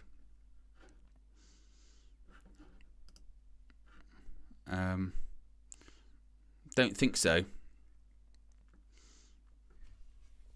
Well, I mentioned, didn't we, just before they scored that third goal, we were saying that next goal was the most critical goal, because if it's 3-0, it's game over. If it's 2-1, you're back in the game. And then right before half-time too, it just really did feel like hammer blow, it's over. End the match. Attempted ball over the top there by Spain. Cut out though. And as we spoke about during the first half and before the game, this stadium there in Berlin, it's packed with Croatia fans, and the atmosphere is rather quiet. Rather quiet at the moment. Here's Cucurella. So it's a Rodri. Cucurella again.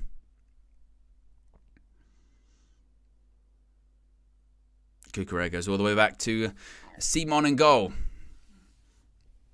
Nice little dink over the top. Good touch by Carvajal too. Of course, on the score sheet for that third goal, he's made a habit of it recently, scoring in the Champions League final. Was it 6 Champions Leagues for him? I mean, what people kind of forget as well, actually, with Spain, with Real Madrid's dominance in the Champions League, is that for a period of time, I mean, prior to winning, was it La Decima? It was a while. It was a while, and that La Decima took quite some time. Here's Morata out to Cucurella,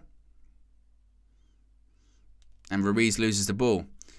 And then, after La Decima, obviously once they win it then, and then Zidane 3 in a row, then 2 in was it the last 2 out of the last 3 years? But there was that period of time of them not winning one for a while. I think it was Zidane volley in 2001 at Hampden Park.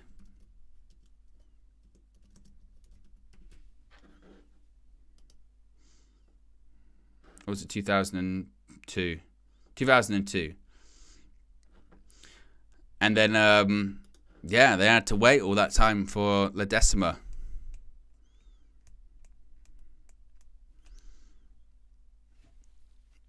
The referees stopped it. What's that? A head injury? Michael Oliver. Michael Oliver. Show says, shock of the tournament with England not going through. Denmark and Serbia going through.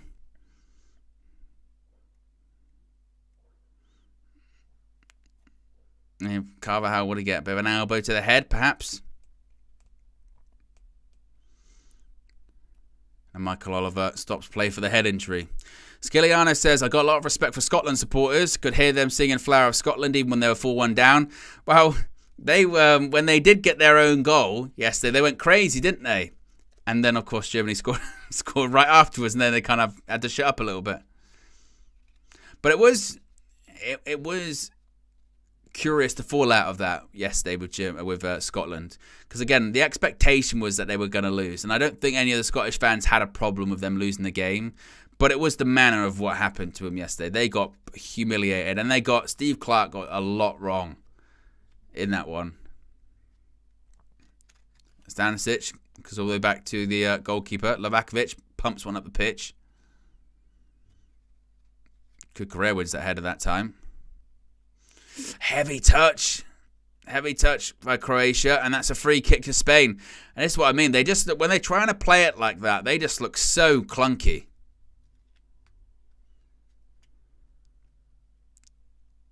It is a free kick. It's a foul on Rodri. As we're just about 5 minutes into this second half. 3-0 to Spain. No pain for Spain today.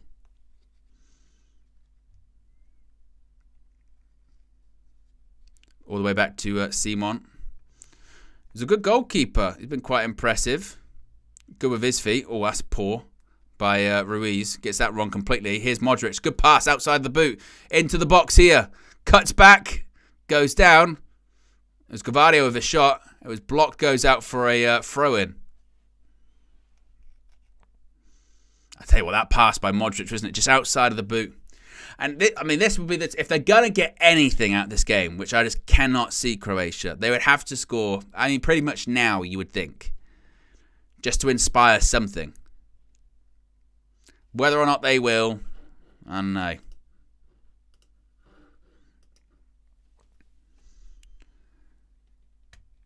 Kovacic. Kramaric lays it off.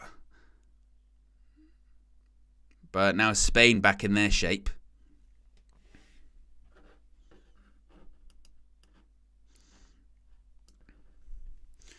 Oh, oof, I wasn't sure if that was a free kick there. Referees give it.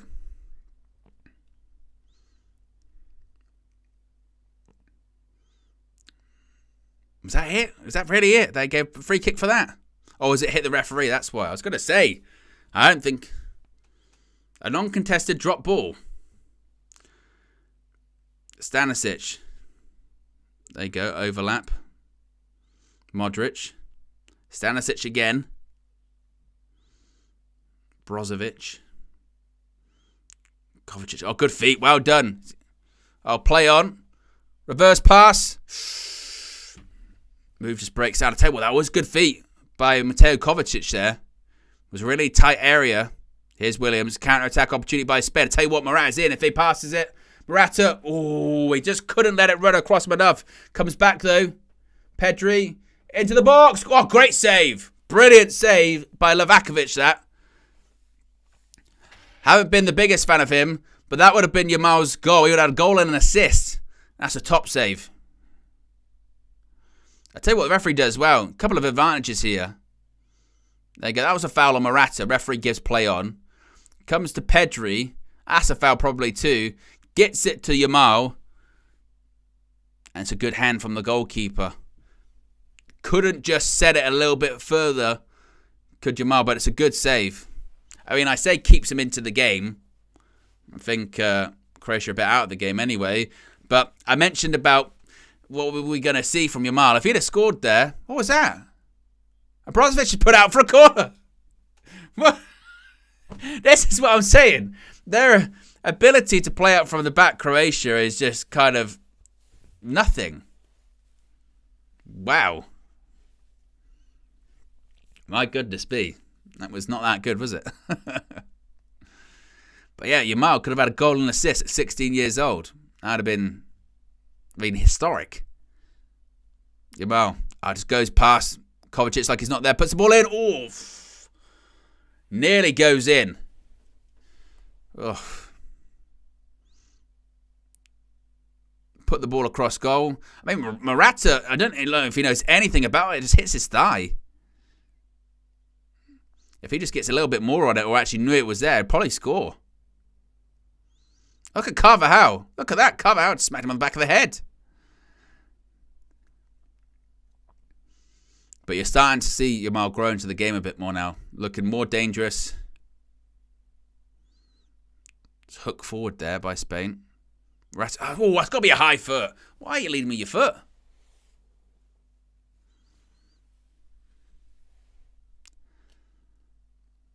Ivan Perisic going to be coming on.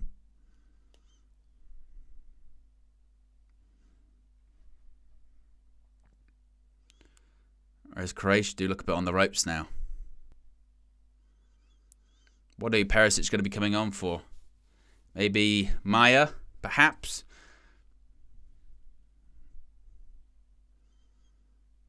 They do just need something, Croatia. That's a heavy pass again. Maya just manages to keep it, though. Here comes Kovacic managing to run forward with the ball. Gvardiol. Oh, good pass. Kovacic. Is it just too heavy? Touch it back. Budimir, it's got to be goal. Oh, blocked by Cucurella. Header. Oh, punched away. Oh, how haven't they scored? Somehow, Spain, that's a goal kick. I mean, I thought it had to be a goal. It's a great block by Cucurella in the end. Look at this. Gvardiol's good pass. Kovacic, it's a bit of a heavy touch. Manages to keep it in. Goes to the striker, and you thought he had to. He's going to score. It was Stanisic. You're thinking, just put your foot through. He decides to sort of side foot it, and it's a block by Cucurella in the end. And then it becomes a bit of a pinball situation, and Simon just does enough. But it comes to Stanisic, you're thinking, just put your laces through it. Instead, he kind of side foots it. Perisic is on for Budimir. And this is what I was saying earlier on about Spain. Why I would still say, because people will look at this and go 3-0, I'll tell you what, Spain, force to be reckoned with. And which, obviously, they've got some quality players, but they have had chances in this game, Croatia. They just don't really have that much of an end product. I mean, Kovacic had a couple. That's a massive chance for Stanisic there. They should have at least probably had a goal in this game. So if you were, one of the bigger teams watching this, you would be like, well, I feel like we can get some chances against Spain. Yamal, I tell you what, he's going to... Yamal, he's going up against Gvardiol. For a second now, I thought he just completely embarrassed him. Williams, edge of the box. Go back to Fabian Ruiz, free kick. But just for a second there, you saw the pace of him.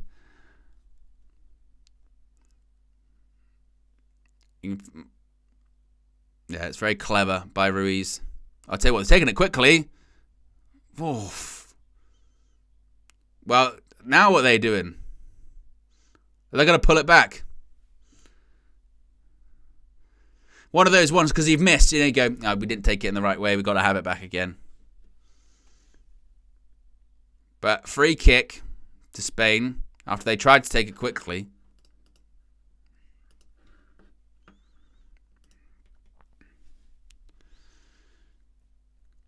Wall is set up.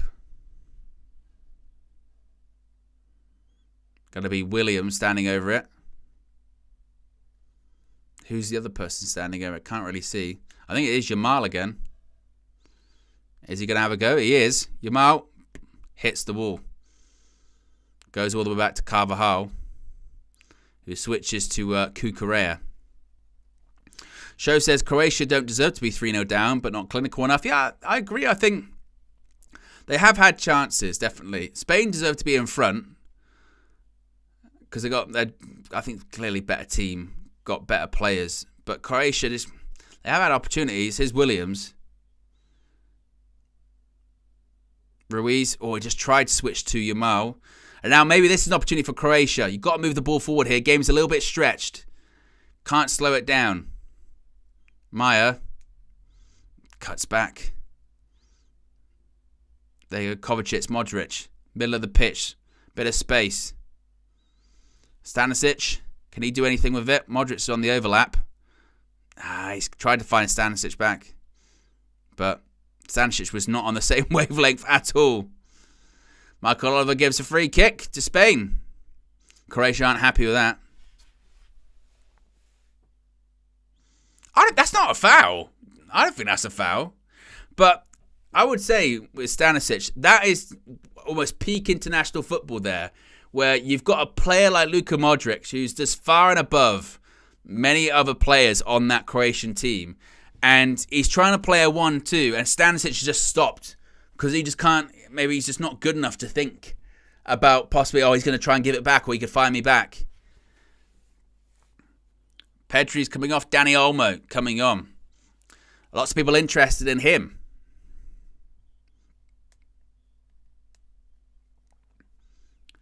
Dani Olmo is on.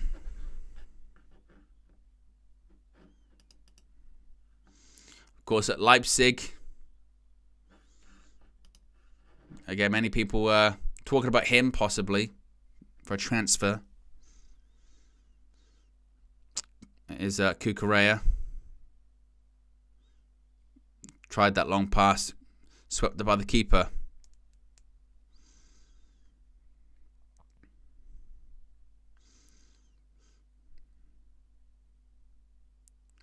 Heavy touch. I mean, that's, again, the two sort of takeaways I would sort of think about from Croatia today would be, one, they just don't have a lot of end product, which is probably going to be a bit of a problem. I still think they'll probably end up sneaking through. They don't really have any ball players that can play out from the back, unless it's Gvardiol, who's half decent on the ball.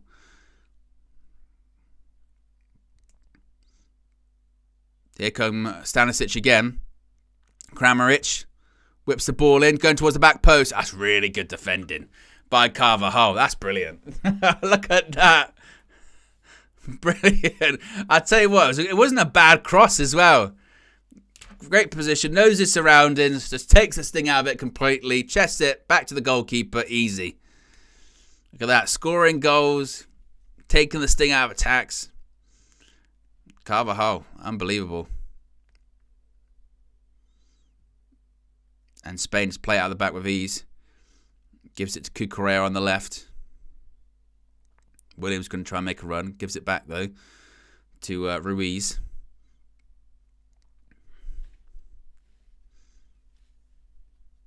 And look at that.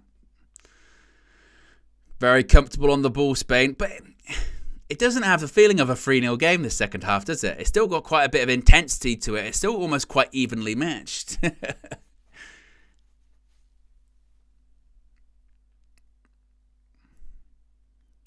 Now Spain just good bit of possession. Their technique is really superb. And talk about playing out from the back. I'll tell you what, Cucurella wins that header, does well. Oof. Talo just manages to do enough. There you go.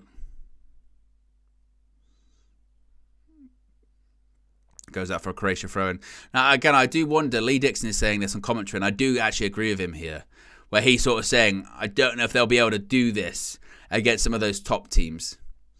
Because Croatia have been able to get some chances.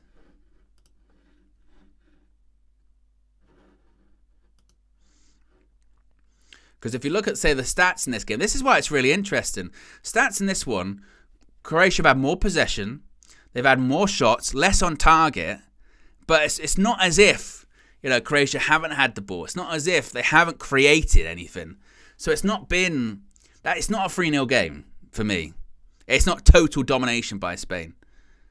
They've been very clinical and they do create. But here's Kovacic again, runs forward with the ball, tries to put Maya through, Cucurella. That's a free kick again. Oh, I'll tell you what, Michael Oliver's loving giving Spain some of these free kicks. They took it quick. They messed it up. Oof. K-Flow says that's why stats are misleading. But I don't know if that is totally misleading. I mean, obviously, look, you would look at those stats, ball in. You would look at those stats and go, Croatia have shaded the game, which they haven't. Spain have been the better team, but I don't know if they've been, 3 goals better.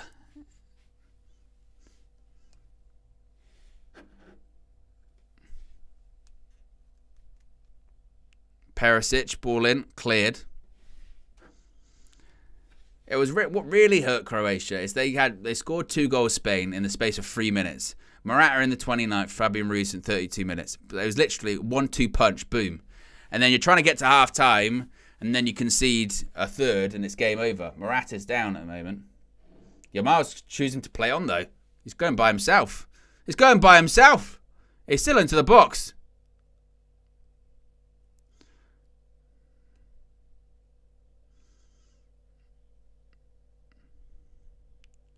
And now are they going to play? Oh, Morata's back up now. What are you doing, man? Yamal was right.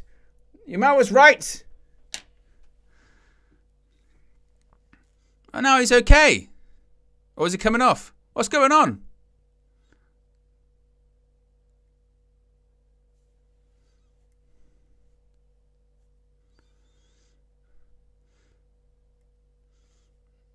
Looking like he can't continue. I think he's coming off. So is Luka Modric.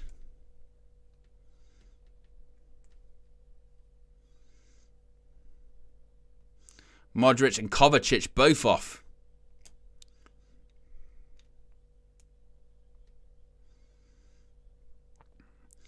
And Pasalic and Sukic are coming on, which I think is probably an admission by the Croatia head coach that it is game over, isn't it?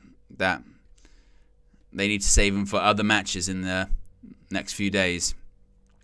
Rico says, talking as if the game is over. The game is over. I mean, it's 3-0 Spain, in fairness. I mean, Croatia aren't going to get back into this. They have had opportunities, but it's not clinical enough. Again, I think when you're taking Modric and Kovacic off, it's over. It is over. It was game over at half time.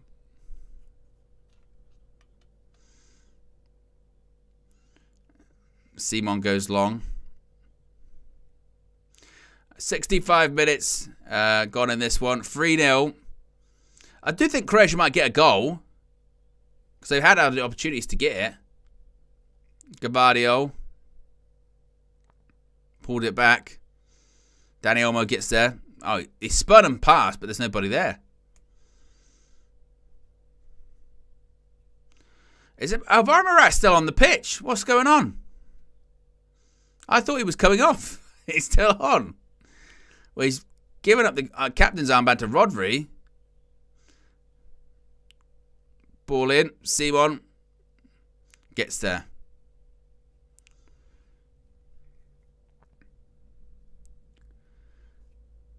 But, yeah, maybe now Morata's going to come off. It was Perisic put the ball in the box. It was a big shout by Simon. You did hear it. Took a couple of attempts to grab it. But now it looks like Morata's going to be coming off.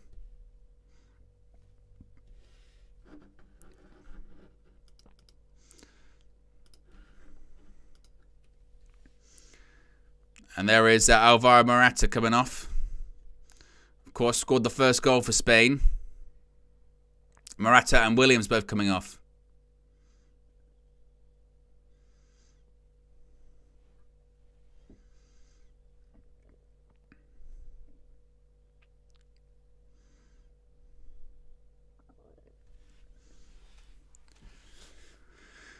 It's not as if, to be fair, what you can say with Croatia, it's not as if they've completely given up in this half. They have given it a good go.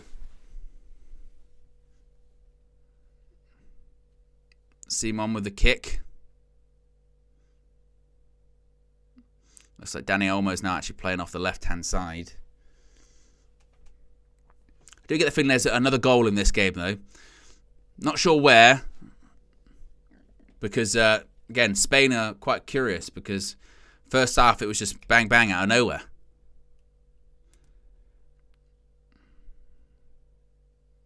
Oh, it was swept out towards Cucurella. Intercepted, though.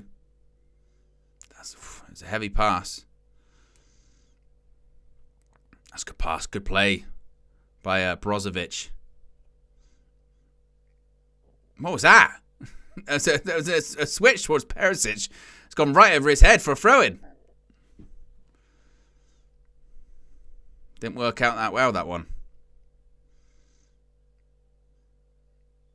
Passed by Simon. Collected by one of the substitutes that just came on. That's Marino. Here's Dani Olmo.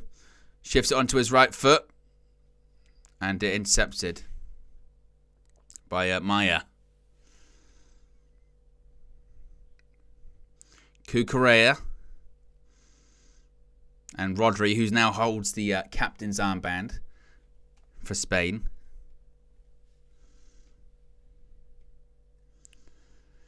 I mean, still quite a lot of time left in this one too. It's 20 minutes left plus stoppage time.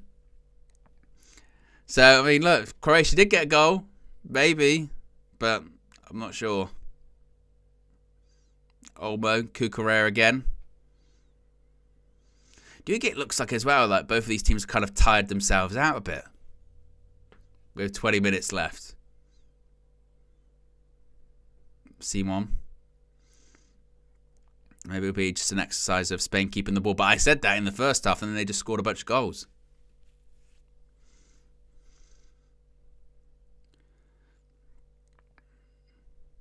Croatia lose the ball. Carvajal. Here's Jamal again. Maybe the only thing's missing. The only thing missing from this game is probably a Jamal goal. Rodri shifts it out to Carvajal again.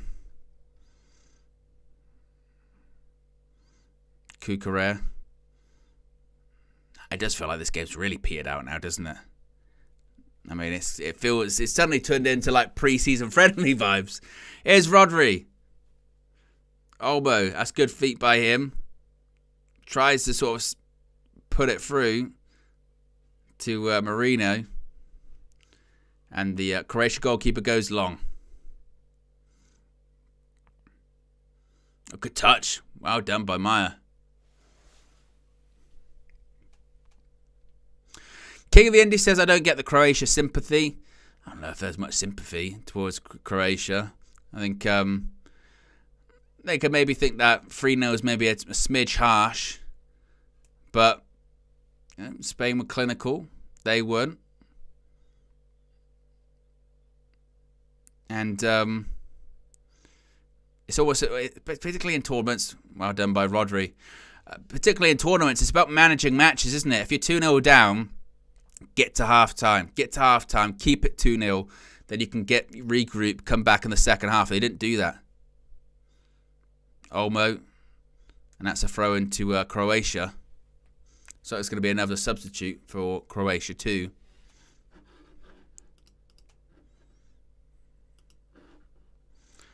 And Kramaric is coming off for Petkovic. Again, you definitely do get the impression that the Croatia coach is like, right, this game didn't work out. It's a loss. Let's focus on the next one. I mean, their next match is against Albania on 4 days' time, 19th of June. And that's a must-win, isn't it? Must-win. Get some big points on the board. Got, as Kenny Rogers said, you got to know when to hold them, know when to fold them, know when to walk away, and know when to run. The gambler.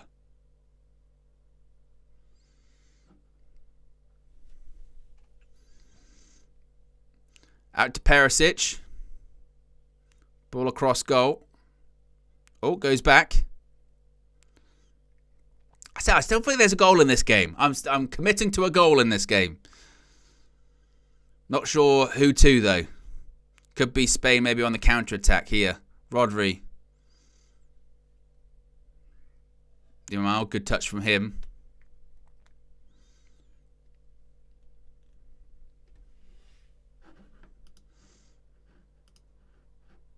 But, I mean, let's have another look at the stats here for Croatia. Again, still have more of the ball. Haven't had any attempts in a while. That's a good pass by Spain on the attack here. Olmo. He's had a lot of the ball since he's come on. Olmo takes the shot. Deflected. Scooped up by Lavakovic.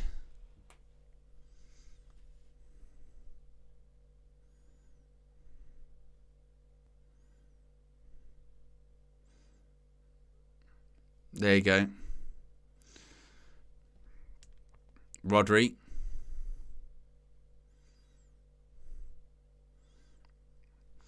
Marino. Cucurella. Olmo. Again, he's had a lot of the ball since he's come on. Danny Olmo. Marino. Olmo again. And ball goes off.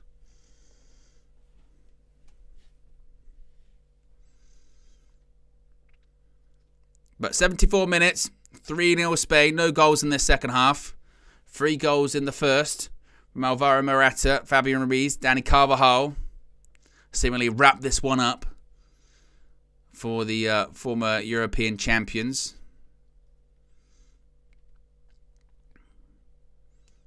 And again, I think they won the Nations League. I mean, to be honest, who cares about the Nations League? But Nations League. Current holder, Spain. Yeah.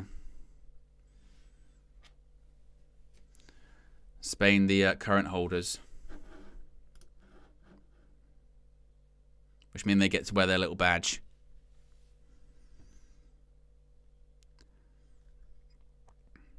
But yeah, this game very much, I mean, the pace and tempo and sort of tenacity has just completely gone out of this game. It must be said. It's a free kick to Croatia. There doesn't appear to be sort of atmosphere in the stadium's died down a little bit too, because again, it's largely a Croatian contingent.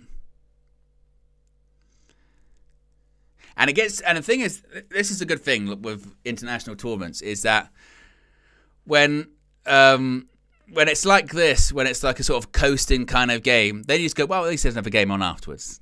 At least there's another game on afterwards, it's fine. But 15 minutes remain in this one.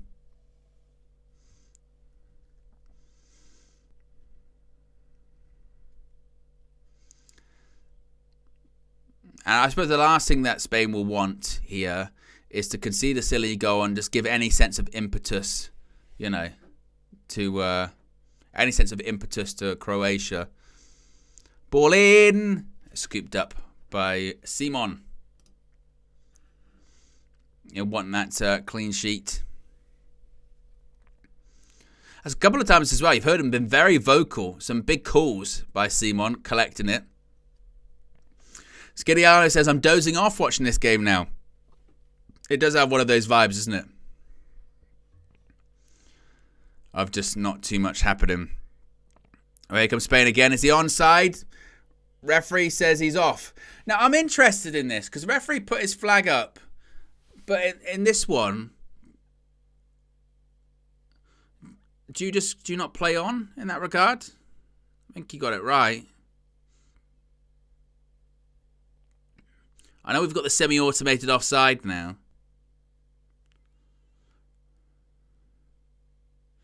I can confirm there is a Mexican wave going around the stadium too. Which kind of, I mean, once that starts happening, we're properly into the territory where what's happening on the pitch is like, Simon's made an error. He's made an error. Petkovic, it's got to be a foul. It's got to be a penalty. Penalty to Croatia. Is it going to be a red card? Yellow card, double jeopardy. I mean, Croatia want a red. Perisic wants the red card. I mean, let's start off with Simon. He makes a complete error. Heavy touch, then bounces off the player, cuts him back, dives across. It looks like he's going to score. Rodri fouls him. I mean, classic. Did he touch him? I don't think he touched him, I don't know if that's a pen. I think it's a dive. He kicks himself. He kicks the turf. I think it's got to be checked. Why on earth? It's an open goal. You are 3 or 4 yards out and you dive. Why? Why would you do it? Why would you do that? If you're diving from literally 2 or 3 yards out, you're gonna give it. He's gonna give it.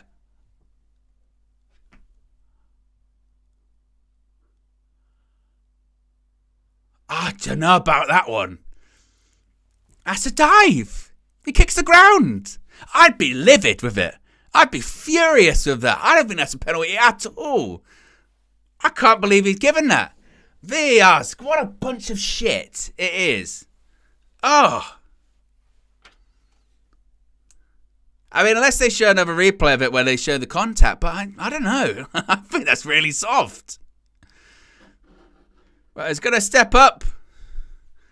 Is this going to be the goal we're looking for? Oh, what a save! He saved it! Oh, but now he scored! 3-1. There is a goal. It must be said, that's a brilliant save by Simon from the penalty spot. 3-1. He was on the line, I think. But he pulls it back. Wow, look at that. Good save. Did he save it or was it hit the post? Cuts it back and puts it in the back of the net. It hits him in the head. I mean, what a crazy couple of minutes. First of all, the error by... I'm now looking at encroachment. What's going on in this game? This game's just getting crazy.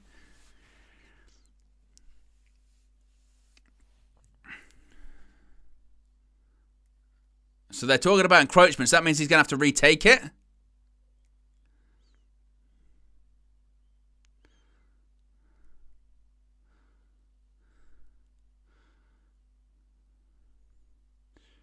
What's going on? They're looking at encroachment. If it impacted the goal.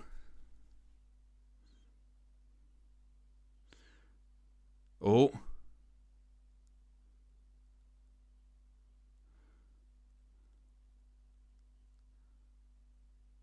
There is an interference. Penalty's going to... What's happening? What's going on? No goal. Do they not retake it then?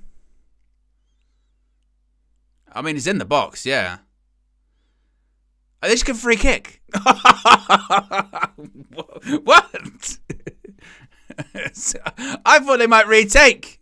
But I guess it kind of evened itself out in the end. Because it was a dive. So they take the penalty, saved, scores it on the rebound, and they go, no, you encroach, free kick. Piss off. So I think maybe, you know, like when you're doing a test and you've done all of the wrong workings, but you ended up with the right answer. Maybe that's what it is. I thought if it was encroach, you just retook. But I suppose it's because what happened afterwards. Then it's a free kick. Wow. I mean, I don't know football anymore. Honestly, I don't know the rules. That's crazy.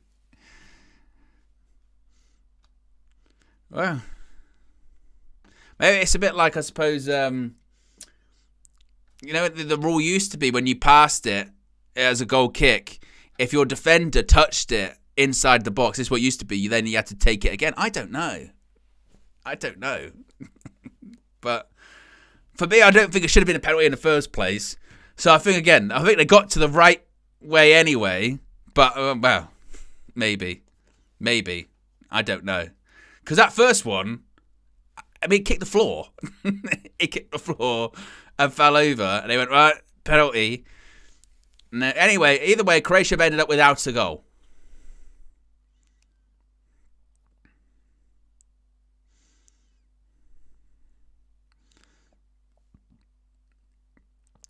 To be honest, with the player that went down for the penalty shout in the first place, I would be looking at it going, why are you going down? You can tap it into an empty net. Yes, Rodri's on your shoulder. But, man. Well, a bit of drama, folks. A bit of drama. A bit of something, you know. That woke us up. for this second half. It was, at least, again, a bit of confusion. We got there in the end, didn't we? Here comes Spain. But I was wrong when I said there'll be a goal in this second half. Maybe it's going to come here from Spain. Here's Dani Olmo. He's into the box. Ball gets caught under his feet. He's had a lot of the ball on Spain's left-hand side. Oh, reverse pass. Here you go. Spain may be in behind again. Rodri's got to be careful. He's on a booking. There you go. They've switched it across. Perisic into the box. Perisic, edge of the box, takes a shot, blocked.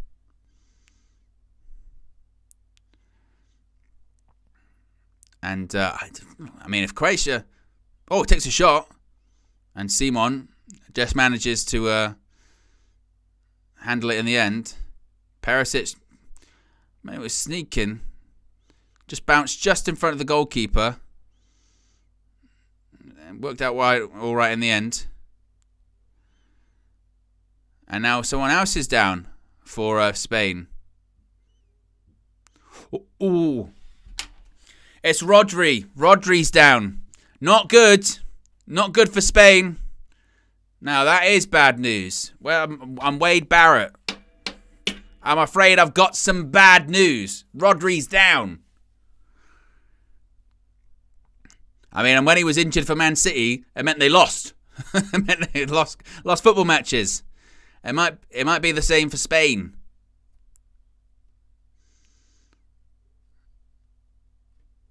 So we've had Morata go off, and he looked like he was in discomfort. We're now having Rodri go off.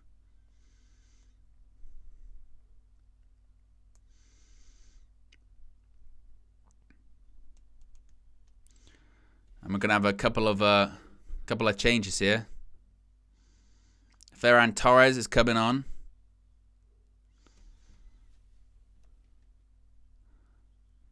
And Yamal's coming off.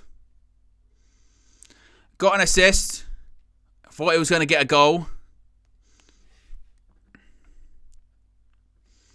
I mean, it must be said, isn't it? I think for 16 years old, he is quite impressive, isn't he? I mean, this is not the complete article by any stretch of the imagination, but the fact that probably the biggest compliment you could give Yamal today is that he doesn't look out of place at all. So, very impressive talent. His cross for the goal was good. So, a very interesting one to watch closely.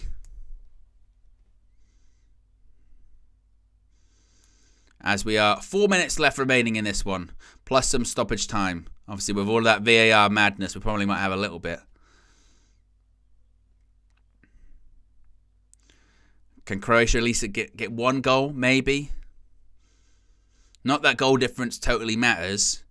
If it comes down to it, they judge, was it your head-to-head?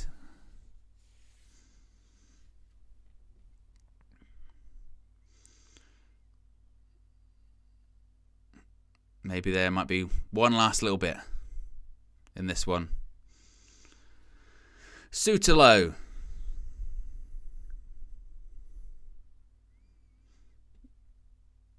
Brozovic, who's the only one remaining out of that midfield three that started the game, and Kovacic, Modric. The next game is Albania. And next one for Spain, Italy. Oh, it's going to be a good one. I'm going to be doing that. I'm going to be doing Spain versus Italy. Indeed. Should be a lot of fun. Of course, reminder, tomorrow I'll be doing the Netherlands versus Poland. I'll also be doing England versus Serbia. So I'll have a busy day tomorrow. I'm also going to be live right after this on my channel. Clash at the Castle begins in 12 minutes. Which should be fun. So I got a busy evening. Well, I've got a great evening watching this. Then into the Graps.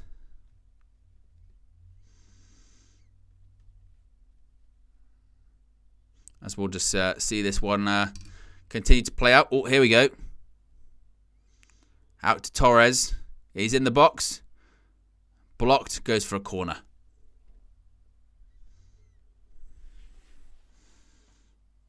It was blocked by Pongranic. I forgot that Torres played for Man City.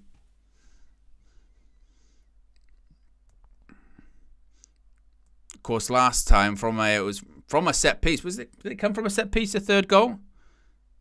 Like a rebound from it, and then the ball went in the box, maybe?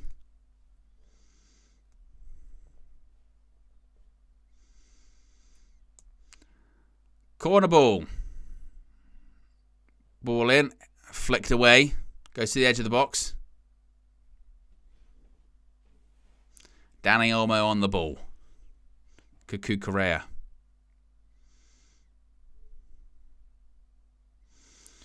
I mean, they mentioned this on commentary, and I'm glad they have, about the stadium in Berlin, the Olympiastadion. And forget that it was opened in 1936. Yeah, opened 1st of August 1936. How impressive is that? I mean, I'm sure, renovated. That's where the final was going to be held, I think they said. A big pitch too.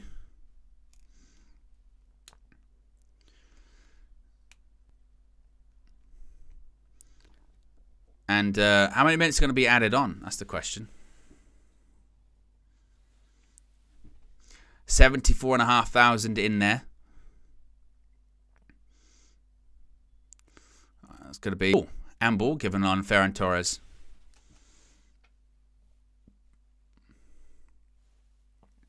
It was handball too. Good decision by Michael Oliver, which you can't always say.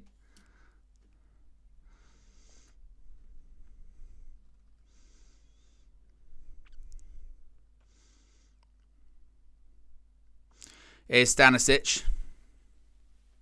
SLD says, Yamal doesn't even know what a home phone / landline is. I don't know a lot of things. I mean, born in 2007. What console was even out at this point in time? He's probably even never played original PlayStation. Let alone, a Game Boy Color or something like that.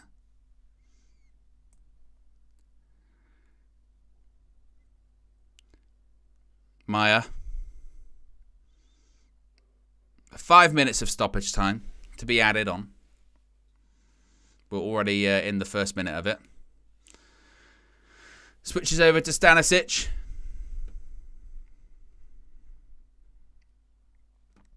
Skilianis says PS3 and 360. Yeah, I think that's what it was. Like 2007, 360 and PS3 were out by that point, weren't they? I mean, I associate that with like 2008-ish, 2007. So you might not have played original PlayStation. You might not have played PS2. As Lucas says, he's never seen Arsenal win a title. True.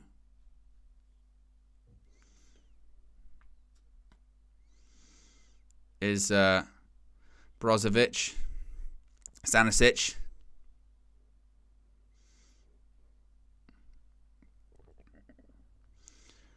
I mean, Spain, they've managed to do everything to keep the clean sheet intact. Penalty saves. Ball in. Flicked on. Goes out for a Spain goal kick. If you haven't already, click the like button. Be sure to subscribe to bottom right-hand corner. More Euro stuff on the horizon. As I mentioned, the Manchester United content isn't going anywhere too. We'll continue to have transfer views, any breaking news.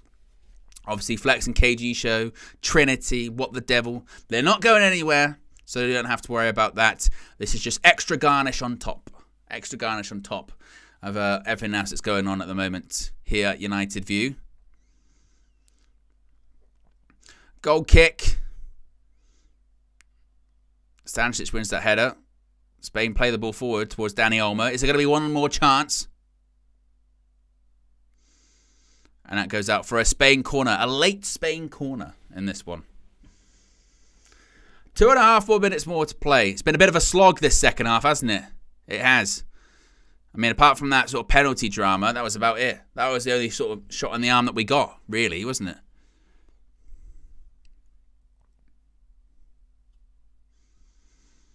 Short corner. Subamendi. Ball in by the race. Oh, flicked on. Held by the Croatia goalkeeper, Lavakovic. And Maya travelling. Goes out to Stanisic. I mean, surely they won't concede a late goal. That would be a bit frustrating for Spain.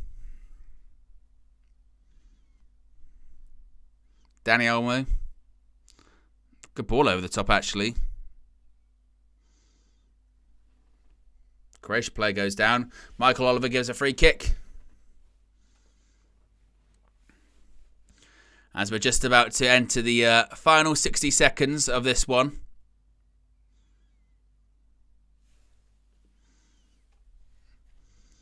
It doesn't look like it's going to be... That goal I predict for the second half doesn't look like it's going to happen, does it? You know, I'd kind of predicted it, and yeah, it doesn't look like that one's going to happen, does it? Unfortunately.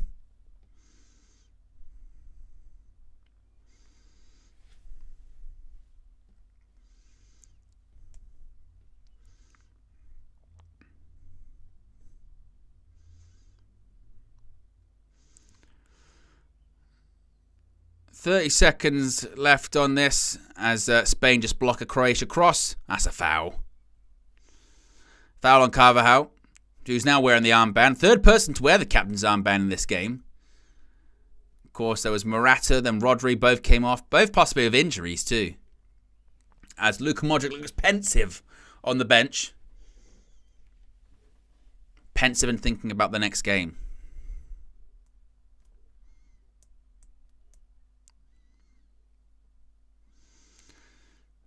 As Simon's about to kick this. And that's the game.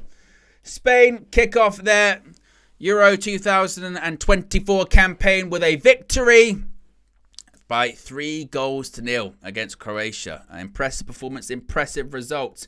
But there you go, guys. Appreciate everyone that's tuned in. I'll be back tomorrow with two match views, one for the Netherlands, one for England, and we'll have a lot of fun with that. Enjoy and have a good evening. I'm out of here. Peace.